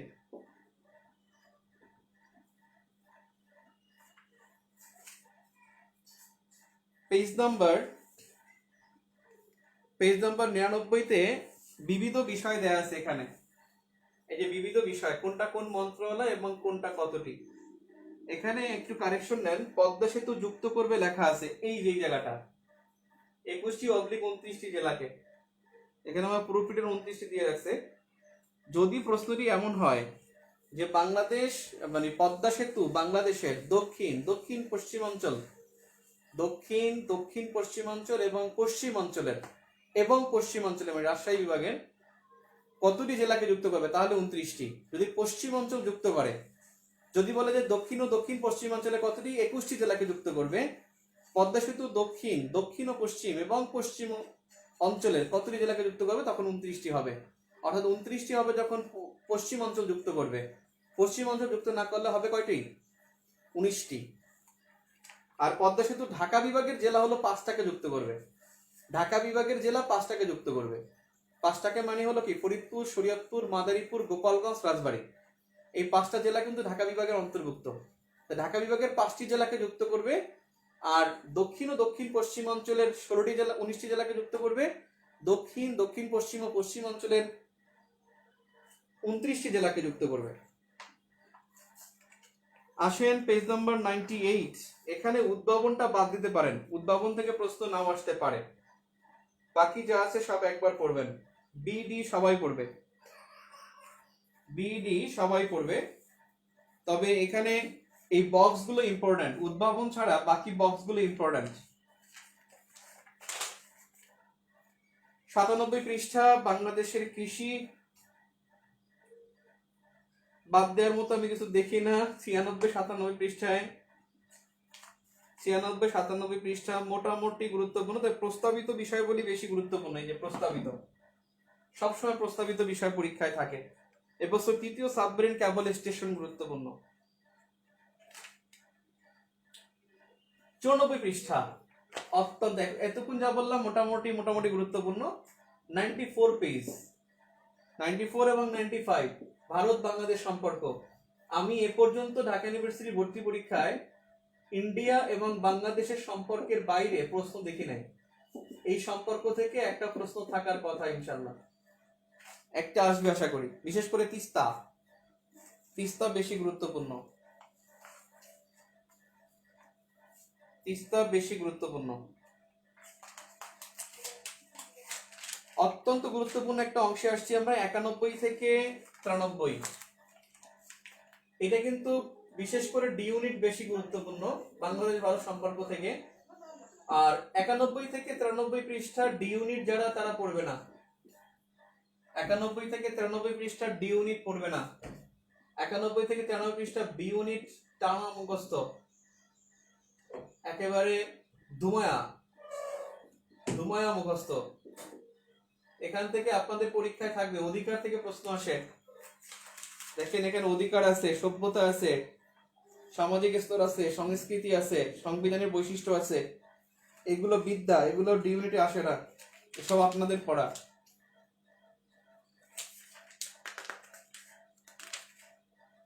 এরপরে আমরা চলে আসছি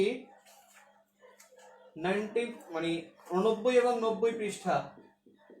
89 থেকে 90 পৃষ্ঠা জনসংখ্যা উপজাতি। জনসংখ্যা উপজাতি এখানে ইনশাল্লাহ পরীক্ষা আসবেই। আসবেই বলতে সর্বোচ্চ একটা আর কি, সর্বোচ্চ একটা প্রশ্ন এখান থেকে আসবেই। না 50% কমাই দেওয়া যাবে না। কমানোটা কমানো যেগুলো যাবে সেগুলোতে আমরা এখনো যাই নাই, ওই পর্যন্ত এখনো যাই নাই। যেটা কমানো যাবে, কমানো যাবে মোটামুটি মোটামুটি গুরুত্বপূর্ণ, আসলেও আসতে পারে, না আসলেও না। আমি তো এখানে যেগুলো বেশি গুরুত্বপূর্ণ সেগুলাই দিছি। কয়েকটি গ্রন্থ দেখেন, পেজ নাম্বার 88 গ্রন্থ অংশটা গুরুত্বপূর্ণ বেশি। 88 গ্রন্থ, 88 পৃষ্ঠা গ্রন্থ গুরুত্বপূর্ণ। এখানে দেখেন নেলসন ম্যান্ডেলা, আর্নেস্ট হেমিংওয়ে, এগুলোর বই অনেকবার আসছে, অনেকবার। ইবনে বৌতার বই আসছে অনেকবার, এপিজে আব্দুল কালামের বই আসছে। এখান থেকে বইয়ের নাম গুরুত্বপূর্ণ অনেক, বিশেষ করে চট্টগ্রাম বিশ্ববিদ্যালয়তে এখান থেকে আসবেই ইনশাল্লাহ, আর ঢাকা ইউনিভার্সিটিতে মাঝে মাঝে এখান থেকে আসে। বইয়ের গ্রন্থের নাম পড়া জরুরি। এরপর এখানে যে দেয়া আছে 88 পৃষ্ঠা, অন্য যেগুলো দেয়া আছে সেগুলো মোটামুটি গুরুত্বপূর্ণ, একবার রিডিং দিতে পারেন, মোটামুটি আর কি, খুব বেশি ইম্পর্টেন্ট না। 87 নম্বর পৃষ্ঠা, পেজ নাম্বার 87। যেহেতু আইসিটি আমাদের সিলেবাসে আছে, আপনাদের বি ইউনিটও গত বছর আইসিটি থেকে প্রশ্ন আসছে, ডি ইউনিট তো মাস্ট 2টা প্রশ্ন আসবেই, সেক্ষেত্রে 87 নম্বর পৃষ্ঠা কোনো কিছু বাদ দেওয়ার নাই। এরপরে দেখেন বাম পাশে 86 পৃষ্ঠায় যত কিছুই পড়েন ভাই, উপরে নিচে যাই থাকুক, মাঝখানে দেখেন আছে সাবমেরিন কেবল। তৃতীয় সাবমেরিন কেবল অত্যন্ত গুরুত্বপূর্ণ, তৃতীয় সাবমেরিন কেবল অত্যন্ত গুরুত্বপূর্ণ, ট্রিপল স্টার দিয়ে রাখেন, এটা পড়বেন। 86 পৃষ্ঠায় আর কিছু না পড়লেও তৃতীয় সাবমেরিন কেবল স্টেশন অত্যন্ত গুরুত্বপূর্ণ। 85 পেজে আসেন, 85 পৃষ্ঠা। এখানে সুরক্ষা অ্যাপ, প্রথম দুইটা সুরক্ষা অ্যাপ এবং দ্রুততম কম্পিউটার ফুগাকু, দ্রুততম সুরক্ষা অ্যাপ এবং দ্রুততম কম্পিউটার ফুগাকু, এই দুইটা গুরুত্ব বেশি, এই দুটির গুরুত্ব বেশি। বঙ্গবন্ধু 1 স্যাটেলাইট থেকে অনেকবার প্রশ্ন আসছে, আমার মনে হয় এটা পূর্ণ হয়ে গেছে, এখন নাও আসতে পারে।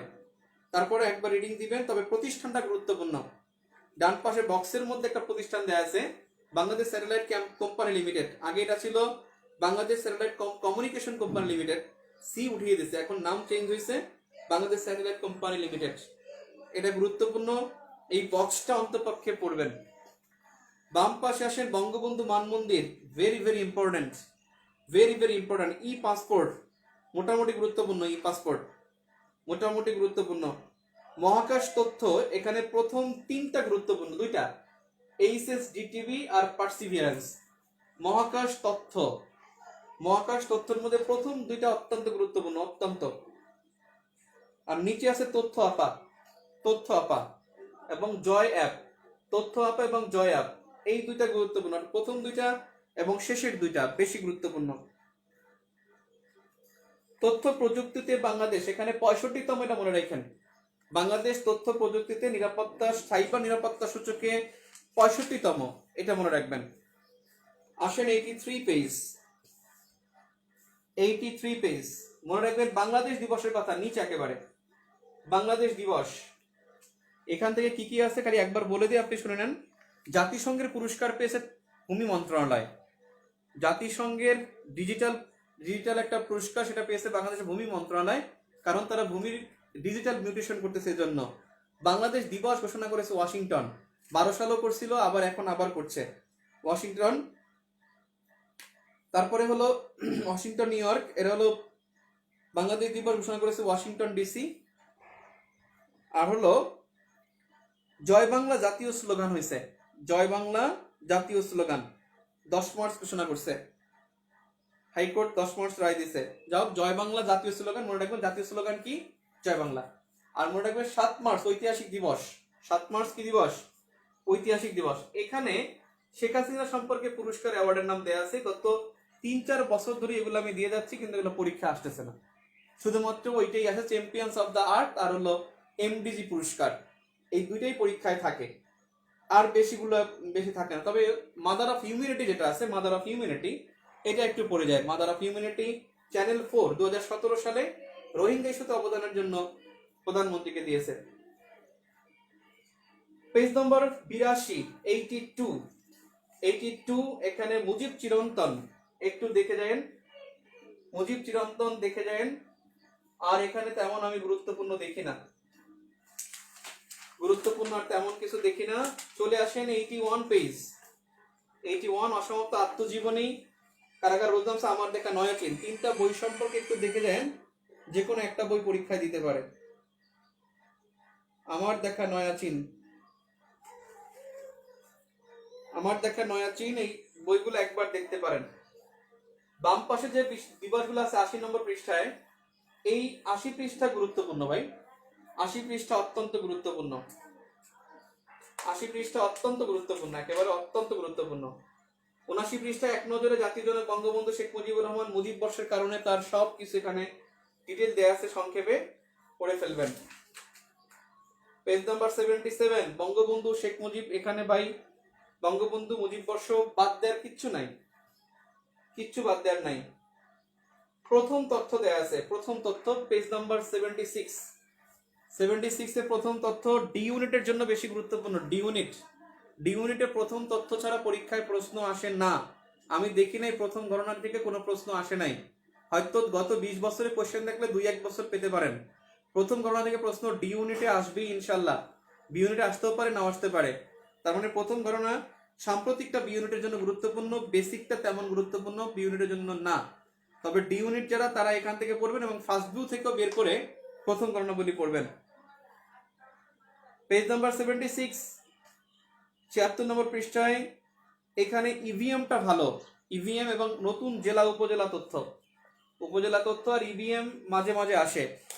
এবং ইভিএমদের 5টি আসনে হয়েছিল, 6টি আসনে 2018 সালে জাতীয় নির্বাচনে 6টি আসন, ওই 6টি আসন 6টি সংখ্যাটা মনে রাখলেই হবে। পেজ নম্বর 75 ভালো, এই যে কল সেবা নম্বর গতবার আসছিল, এবছরে গুরুত্বপূর্ণ। সর্বশেষ সিটি কর্পোরেশন সাথে জড়িত বিভিন্ন তথ্য আছে, ভালো পড়বেন। পেজ নাম্বার 74 আসেন, পেজ নাম্বার 74 74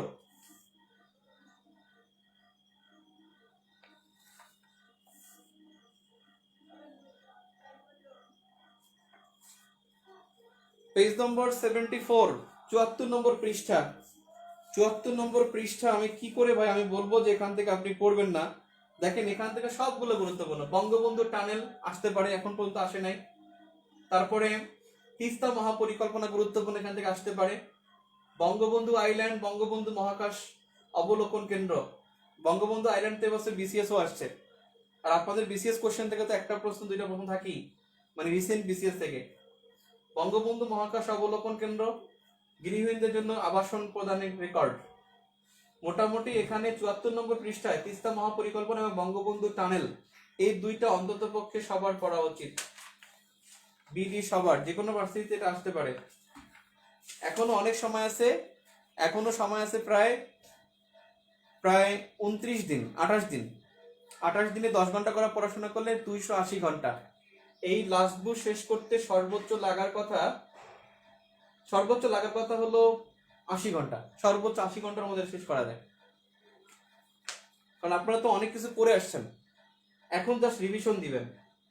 এই যে যোগাযোগ আছে 73 পৃষ্ঠায়, এখানে যেগুলো লাগবে না সেগুলো আমি দেই নাই, যা লাগবে তাই দিয়েছি। বিদ্যুৎটা এখানে অত বেশি না পড়লেও বিদ্যুৎটা বাদ দিতে পারেন।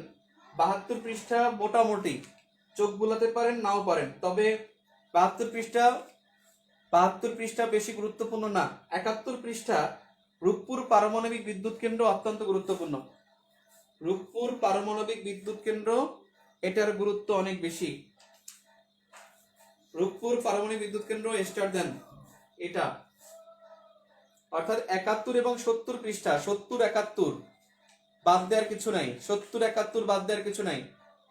70 এবং 71 এটা হলো 70 এবং 71 হলো মেগা প্রজেক্ট নিয়ে। মেগা প্রজেক্ট থেকে পরীক্ষায় আসে। মেগা প্রজেক্ট থেকে সবসময় পরীক্ষা আসে। অর্থাৎ আপনি এমসিকিউতে পাস না করলে কিন্তু রিটেনের খাতা দেখবে না। রিটেনে পাস করা সহজ হবে, কিন্তু এমসিকিউতে পাস করতে হবে, এবং এমসিকিউ পাস না করলে কিন্তু খাতা দেখবে না রিটেনে। আপনারা যারা ভালো লিখতে পারেন, ভালো মার্কস পান, তারা রিটেনে যদি পিলিতে পাস করলে, মানে এমসিকিউতে পাস করলে রিটেন দিয়ে আপনি আগায় যাবেন। ঢাকা ইউনিভার্সিটির কথা বলতেছি। আর যদি রিটেনে টার্মিনালে পাস করেন তাহলে এমসিকিউতে আপনার বেশি নম্বর পেতে হবে। যাদের হাতের লেখা খারাপ তারা এমসিকিউতে করবেন বেশি, জোর দিবেন বেশি। ওখানে শুধু 5 টাকাবেন আর এখানে ফাটাই দিবেন। অর্থাৎ 120-এর মধ্যে যদি আপনি 70 পান তাহলে আপনি টিকে যাবেন ইনশাল্লাহ। 70 পেলে চান্স নিশ্চিত। বি এবং ডি, সায়েন্স থেকে ডি ইউনিট এবং মানবিক দুইটার জন্য 70 পেলে এনাফ ইনশাল্লাহ। সায়েন্স থেকে ডি ইউনিট 70 পেলে দুইটা মিলে 120-এর মধ্যে রেজাল্ট সব মিলিয়ে তাহলে চান্স হয়ে যাবে। আর মানবিকের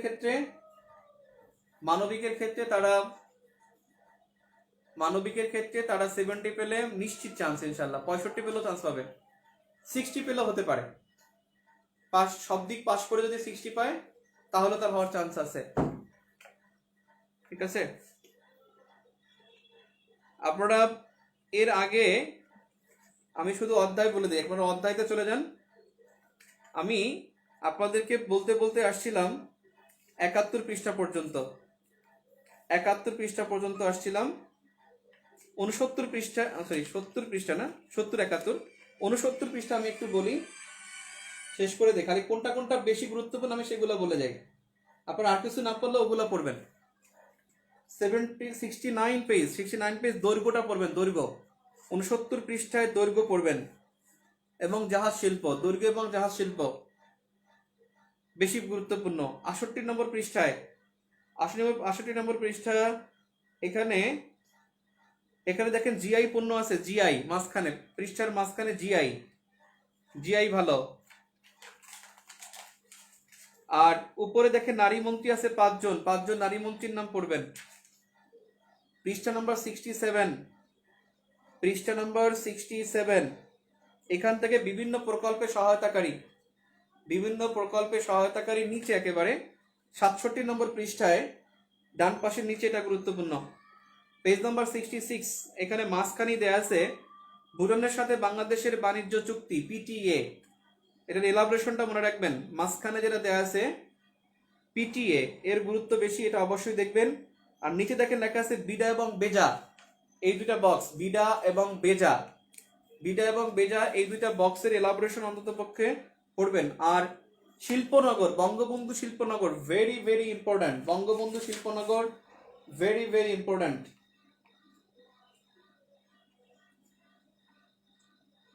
পৃষ্ঠা নাম্বার 65-এ অষ্টম পঞ্চবার্ষিকী পরিকল্পনা টিকদান, এটার মেয়াদটা গুরুত্বপূর্ণ, 2020 থেকে 2025। আর দ্বিতীয় প্রেক্ষিত পরিকল্পনা, এটার মেয়াদও বেশি গুরুত্বপূর্ণ, 2021 থেকে 2041, দ্বিতীয় প্রেক্ষিত পরিকল্পনা। দুইটা অন্তপক্ষে, এই পৃষ্ঠাটা অন্তপক্ষে 1-2 বার রিডিং দিবেন, তবে মেয়াদ দুইটা মনে রাখবেন। 64 পেজ, 64 নম্বর পৃষ্ঠা, এখানে আপনার জন্য নগদ গুরুত্বপূর্ণ। নতুন মোবাইল ব্যাংকিং নগদ, ভেরি ভেরি ইম্পর্ট্যান্ট। নগদ 11 অক্টোবর 2018-তে চালু হয়। বাংলাদেশ ডাক বিভাগ চালু করে, আনুষ্ঠানিকভাবে কার্যক্রম শুরু করে 26শে মার্চ। আর মনে রাখবেন কেন্দ্রীয় ব্যাংকের গভর্নরের বয়স, 64 নম্বর পৃষ্ঠায় 64 পেজে, কেন্দ্রীয় ব্যাংকের গভর্নরের অবসরের বয়স 67 বছর। তার অবসরের বয়স আগে ছিল 65, 2 বছর বাড়ানো হয়েছে। আর ফজলে কবির কিন্তু 3 বার নিয়োগ পাইছে, 3 বার। প্রথমবার নিয়োগ পাওয়ার পর আরেকবার নিয়োগ পায়, 2 বছর মেয়াদ শেষ হয়ে যায়, অবসরে চলে যায়, আবার 2 বছর বাড়ানোর পরে তৃতীয়বার আবার নিয়োগ দেওয়া হয়। অর্থাৎ তিনি ক্ষমতা থাকবেন 8 বছর, কিন্তু নিয়োগ পাইলেন 3 বার। অর্থাৎ নগদ এবং গভর্নরের বয়স বৃদ্ধি, এই দুইটা বেশি গুরুত্বপূর্ণ। পৃষ্ঠা নম্বর 63, 63 নম্বর পৃষ্ঠায় এখানে সুকুকু বন্ড, শরীয়ত ভিত্তিক বন্ড, সুকুকু বন্ড, এটা বি ইউনিটের জন্য গুরুত্বপূর্ণ। সুকুকু বন্ড গুরুত্বপূর্ণ। আর হলো প্রবাসী আয় হয়েছে $2174 কোটি। $2174 কোটি 2020 সালে $2174 কোটি প্রবাসী আয় হয়েছে, যার রেকর্ড। এখানে পেজ নাম্বার 62 পেজে মনে রাখবেন দারিদ্র্যের হার 20.5, অতি দারিদ্র 10.5।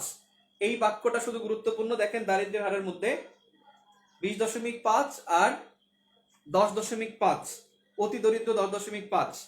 আর এই বাজেটের এখানে করমুক্ত আয়ের সীমা, এটা মনে রাখেন, করমুক্ত আয়ের সীমা যেটা হলো 3 লাখ টাকা। করমুক্ত আয়ের সীমা সাধারণ ব্যক্তিদের 3 লাখ টাকা, নারী এবং বুইরাদের অর্থাৎ 65 বছরের বেশিদের 3.5 লাখ টাকা, আর হলো প্রতিবন্ধীদের জন্য 4.5 লাখ, মুক্তিযোদ্ধাদের জন্য 4,75,000, মুক্তিযোদ্ধাদের জন্য 4,75,000। তারপরে হলো প্রতিবন্ধী ব্যক্তিদের জন্য হলো 4,50,000, আর মহিলা এবং বুইরাদের জন্য 3.5 লাখ টাকা, সাধারণ 3 লাখ। সাধারণটাই আসে, সাধারণটাই আসে, অর্থাৎ সবার জন্য 3 লাখ টাকা করমুক্ত আয়ের সীমা। আগে ছিল যেটা 2.5 লাখ টাকা, এখন 3 লাখ টাকা। পৃষ্ঠা নম্বর 61, অর্থনৈতিক সমীক্ষা এবং বাজেট। ভাই এই পাতাটা বাদ দেওয়ার কোনো অবকাশ নাই, এখান থেকে পরীক্ষা আসতে পারে। বিশেষ করে বাজেটের টাকা কত এবং এডিপি, এই দুটো মনে রাখবেন। আপনাদের ভর্তি পরীক্ষায় মোট বাজেটের পরিমাণ আর এডিপি বা বার্ষিক উন্নয়ন কর্মসূচি, দেখেন এই দুইটা এখানে দেওয়া আছে। বার্ষিক উন্নয়ন কর্মসূচি এবং বার্ষিক উন্নয়ন কর্মসূচি দেওয়া আছে যে 2,05,145 কোটি টাকা, এটা এখন 1,97,643 কোটি টাকা। এডিপি দেওয়া আছে আর মোট 5,68,000 কোটি টাকা, মোট হলো 5,68,000 কোটি টাকা। পৃষ্ঠা নম্বর 60 নম্বর পৃষ্ঠা, এটা একটু কঠিন আপনাদের জন্য, তবে অর্থনীতি সমীক্ষা 2020টা পড়বেন, নিচে 20টা, এগুলো দেখার দরকার নাই। এখান থেকে খালি আমি যেটা বলি সেটা মনে রাখবেন, সেটা হলো যে বাংলাদেশ জিডিপিতে 41তম, বিশ্বের মধ্যে জিডিপিতে 41, অর্থনীতিতে 43, অর্থনীতিতে বেশি 43 আর জিডিপিতে 41তম বিশ্ব অর্থনীতিতে। অর্থনীতিতে 43, জিডিপিতে 41। এই দুইটা বাক্য মনে রাখবেন, পৃষ্ঠা নাম্বার 59, এটা বিশেষ করে যারা ডি ইউনিট তাদের জন্য গুরুত্বপূর্ণ। পৃষ্ঠা নাম্বার 59, ডি ইউনিট 4 নম্বর ইউনিট যারা, তাদের জন্য গুরুত্বপূর্ণ। পৃষ্ঠা নাম্বার 58 সবার জন্য গুরুত্বপূর্ণ। 58 পেজ সবার জন্য ভেরি ভেরি ইম্পর্টেন্ট। এখান থেকে আসে ডুরাল লাইন অফ অ্যাকচুয়াল কন্ট্রোল, এগুলো আসে। বাংলাদেশ সমুদ্র জয় এখান থেকে আসে। পৃষ্ঠা নাম্বার 57, ডি ইউনিট যদি বাদ দেন ভুলে বাদ দিলেন, কিন্তু ডি ইউনিট বাদ দেওয়ার কোনো অবকাশ নাই। দক্ষিণ এশিয়া, দক্ষিণ পূর্ব এশিয়া থেকে ডি ইউনিটের প্রশ্ন আসি, নেপাল, ভুটান, শ্রীলঙ্কা, মালদ্বীপ, এখান থেকে প্রশ্ন আসে। ডি ইউনিট এটা একেবারে বাদ দিবে না। 56 নম্বর পৃষ্ঠা অনেক কঠিন, 56 নম্বর পৃষ্ঠা পারলে স্কিপ করেন, সমস্যা নেই, এটা সারা যা পারবেন তাতে চান্স হয়ে যাবে ইনশাল্লাহ। 56 নম্বর পৃষ্ঠা পারলে স্কিপ করেন। 55 পেজ, 55 নম্বর পেজ, এই পেজে আপনি যারা ডি ইউনিট তাদের জন্য এটা একেবারে ফরজ বলতে গেলে, ডি ইউনিটের জন্য অত্যন্ত গুরুত্বপূর্ণ। 53 নম্বর পৃষ্ঠা, বিখ্যাত ব্যক্তি, এটা বিডি সবাই পড়বে, তবে ডি ইউনিট ভালো করে পড়বে। 53 নম্বর পৃষ্ঠা, বিখ্যাত ব্যক্তি। আমি আগেই বলি ব্যক্তি থেকে পরীক্ষা আসে। আমাদের ভর্তি পরীক্ষায় ব্যক্তি হলো 3 প্রকার। মৃত ব্যক্তি, বিখ্যাত মৃত ব্যক্তি, এই বছরের আলোচিত ব্যক্তি, এই বছরের মরা ব্যক্তি। এই বছরের মরা ব্যক্তি নিয়ে আগে কথা বলছি, যে মরা ব্যক্তির মধ্যে কবরী, আনিসুজ্জামান, মুর্তজা বশির, 3টা ভালো করে পড়বো। আর হলো বিখ্যাত ব্যক্তি, যেটা 53 নম্বর পৃষ্ঠা, এটা পড়বো। 50 থেকে 52 আলোচিত ব্যক্তি, 50 থেকে 52 আলোচিত ব্যক্তি বাংলাদেশ এবং আন্তর্জাতিক দেয়া আছে। বি ইউনিট ভাই ছাড়াছাড়ি নাই, বি ইউনিট মানবিক যারা, তাদের আলোচিত ব্যক্তি বেশি আসে। আর ডি ইউনিটও পড়বে, বি পড়বে বেশি, ডি পড়বে একটু কম, তবে ডিও পড়বে একটু কম, লিখে রাখেন শুধু। আর পুরাতন বিখ্যাত ব্যক্তি D unit must. Page number 49, রাজধানী জাতীয় পার্লামেন্ট, আমি এখান থেকে অনেক ভাই পৃথিবীতে অনেক রাজধানী, অনেক মুদ্রা, অনেক পার্লামেন্ট, সেখান থেকে বেছে বেছে এই কয়েকটা দিছি। এরপরে এখান থেকে যদি এরপরে বেশি মনে হয় তাহলে বাদ দিয়ে দেন, আর কি করব। 47 এবং 48 পৃষ্ঠা, 47 এবং 48 পৃষ্ঠা। এখানে দিবস আছে, সূচক আছে, সূচক দিবস থেকে পরীক্ষা আসে। 47 48 সূচক দিবস থেকে পরীক্ষা আসে, তাই এই টপিকটা এখানে অ্যাড করা হয়েছে। পেজ নম্বর 46 ইচ্ছা করলে বাদ দিতে পারেন, মাঝে মাঝে আসে। পেজ নম্বর 46 সংবাদ সংস্থা, গোয়েন্দা সংস্থা, তারপরে হলো শব্দ সংকেত, মাঝে মাঝে আসে, সবসময় যে আসবে এমন কোনো কথা নাই। পৃষ্ঠা নম্বর 46 47-46 কথা বলছি যে ইচ্ছে হলে বাদ দেন। তবে ভাই আমরা গুরুত্বপূর্ণ একটা জায়গায় চলে আসছি, সেটা হলো 44 এবং 45 সংস্থা। 44 এবং 45 ডি ইউনিটে সংস্থা থেকে প্রশ্ন বেশি আসে, বি ইউনিটে একটু কম আসে, কিন্তু ডি বেশি পড়বে, বি কম পড়বে। ডি বেশি, বি কম।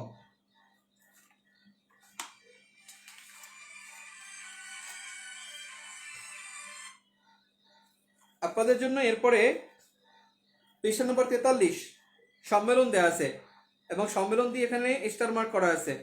সম্মেলনের মধ্যে প্রথম তিনটা গুরুত্বপূর্ণ বেশি। প্রথম তিনটা সম্মেলনের মধ্যে G20, ব্রিক্স এবং AIIB, এই তিনটা গুরুত্বপূর্ণ বেশি। এবছর সম্মেলন থেকে আমার মনে হয় আসলে ওই যে অ্যাডাপ্টেশন সম্মেলন, যেটা জলবায়ু, ওইটাই গুরুত্বপূর্ণ। এখান থেকে প্রথম তিনটা দেখতে পারেন, আরগুলো আসবে না ভাই, ইনশাল্লাহ আসবে না। এরপরে দেখেন 43 পৃষ্ঠা, 42 পৃষ্ঠা, 41 পৃষ্ঠা, 40 পৃষ্ঠা, 39, অর্থাৎ 39 থেকে 43, 39 থেকে 43 শুধুমাত্র স্টার দেখে পড়ে যাবেন। যেগুলোর মধ্যে স্টার লেখা সেগুলো পড়ে যাবেন, সবাই পড়ে যাবেন, সবাই পড়ে যাবেন। আমি কি করে বাদ দেবো বলেন আপনাকে? আমি যেগুলো লাগবে না আমি সেগুলো বাদ দিয়ে টপিকগুলো আনছি। দেখবেন অনেক বই আছে 800 পৃষ্ঠার, 800 পৃষ্ঠা 900 পৃষ্ঠার সাধারণ জ্ঞানের বই। আমি সেখান থেকে এটা মাত্র 168 পেজ, তার মধ্যে তো 11-12 পেজ হলো কি মডেল টেস্ট, তার মধ্যে আবার 11-12 পেজ হলো কি রিটেনের। তার মানে থাকে কত, 140 পৃষ্ঠা বা 150 পৃষ্ঠা। 150 পৃষ্ঠা নিয়ে আসছি, তার মানে আমি আর কত করবো, আমি অনেক কমায় নিয়ে আসছি। দেখেন পেজ নাম্বার হলো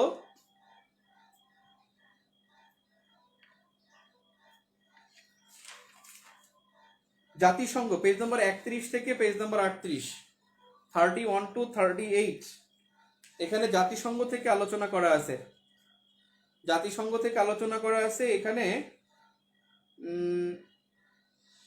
এখান থেকে আপনার যেগুলো কঠিন লাগে সেগুলো বাদ দিয়ে দিয়েন, কঠিনগুলো বাদ দিয়ে দেন।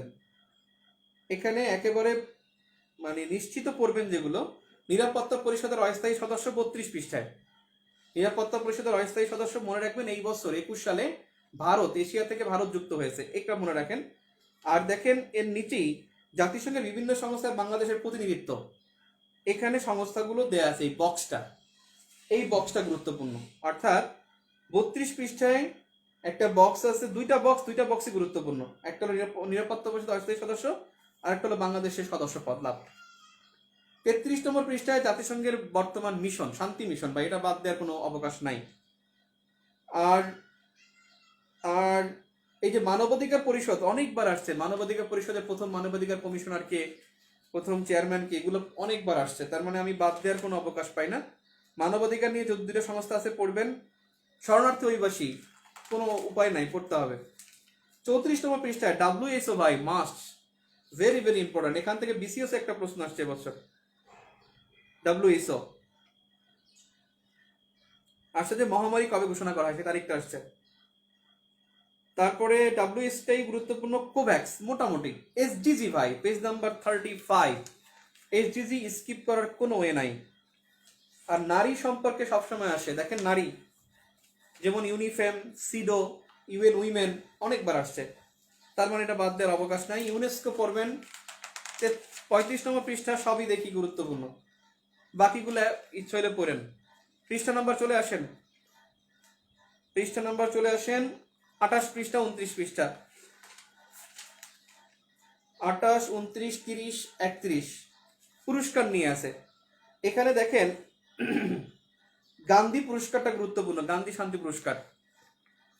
গান্ধী শান্তি পুরস্কার, মহাত্মা গান্ধী নামে যে পুরস্কারটা দেওয়া হয় সেটা পেয়েছে কে? 1 কোটি রুপি এই মূল্যবানের, এটা পেয়েছে 2020 সালে বঙ্গবন্ধু শেখ মুজিবুর রহমান। আর একটা হলো সাদাত হোসেন, গুরুত্বপূর্ণ, যেটা ওই যে আলোচিত ব্যক্তির মধ্যে দেয়া আছে, পুরস্কারের মধ্যে মনে হয় নাই। নোবেল পুরস্কার, নোবেল পুরস্কার 2020 দেয়া আছে। 19 থেকে পড়লে পড়তে পারেন, কারণ আপনাদের 19 সালের ভর্তি পরীক্ষা হয়েছিল নোবেল পুরস্কার ঘোষণার আগে।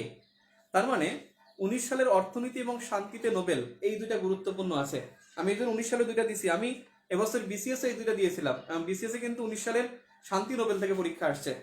তাহলে আপনাদের 20 সালেরটাও পড়বেন, 19 সালেরটাও পড়বেন। 20-এর মধ্যে চিকিৎসা, শান্তি, অর্থনীতি, তিনটা গুরুত্বপূর্ণ। সাহিত্য, সাহিত্য মাস্ট। আমি সাহিত্য এখানে স্টার দিই না, দুঃখিত। সাহিত্য মাস্ট পড়বেন, কারণ আমরা দেখছি 2010 থেকে 2014 পর্যন্ত 5 বছর টানা সাহিত্য আসছে। 5 বছর টানা দেখবেন সাহিত্য থেকে, নোবেল সাহিত্য থেকে আসছে নোবেল সাহিত্য। তার মানে এবছর নোবেল সাহিত্য পড়বেন।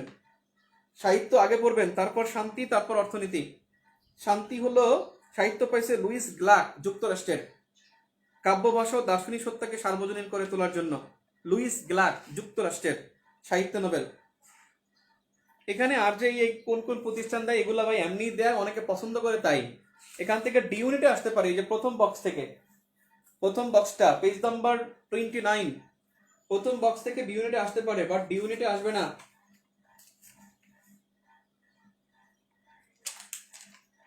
পেজ নম্বর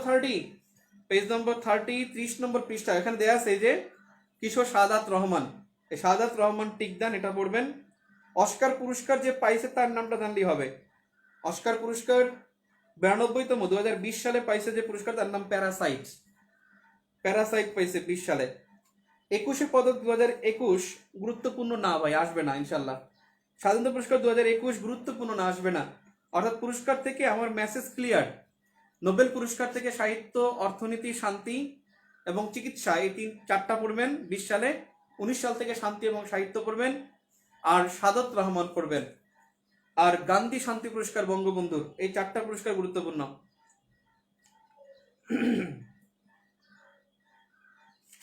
এরপরে যা দেয়া আছে, জাতিপুঞ্জ, পোপ ফ্রান্সিস, দরকার নাই।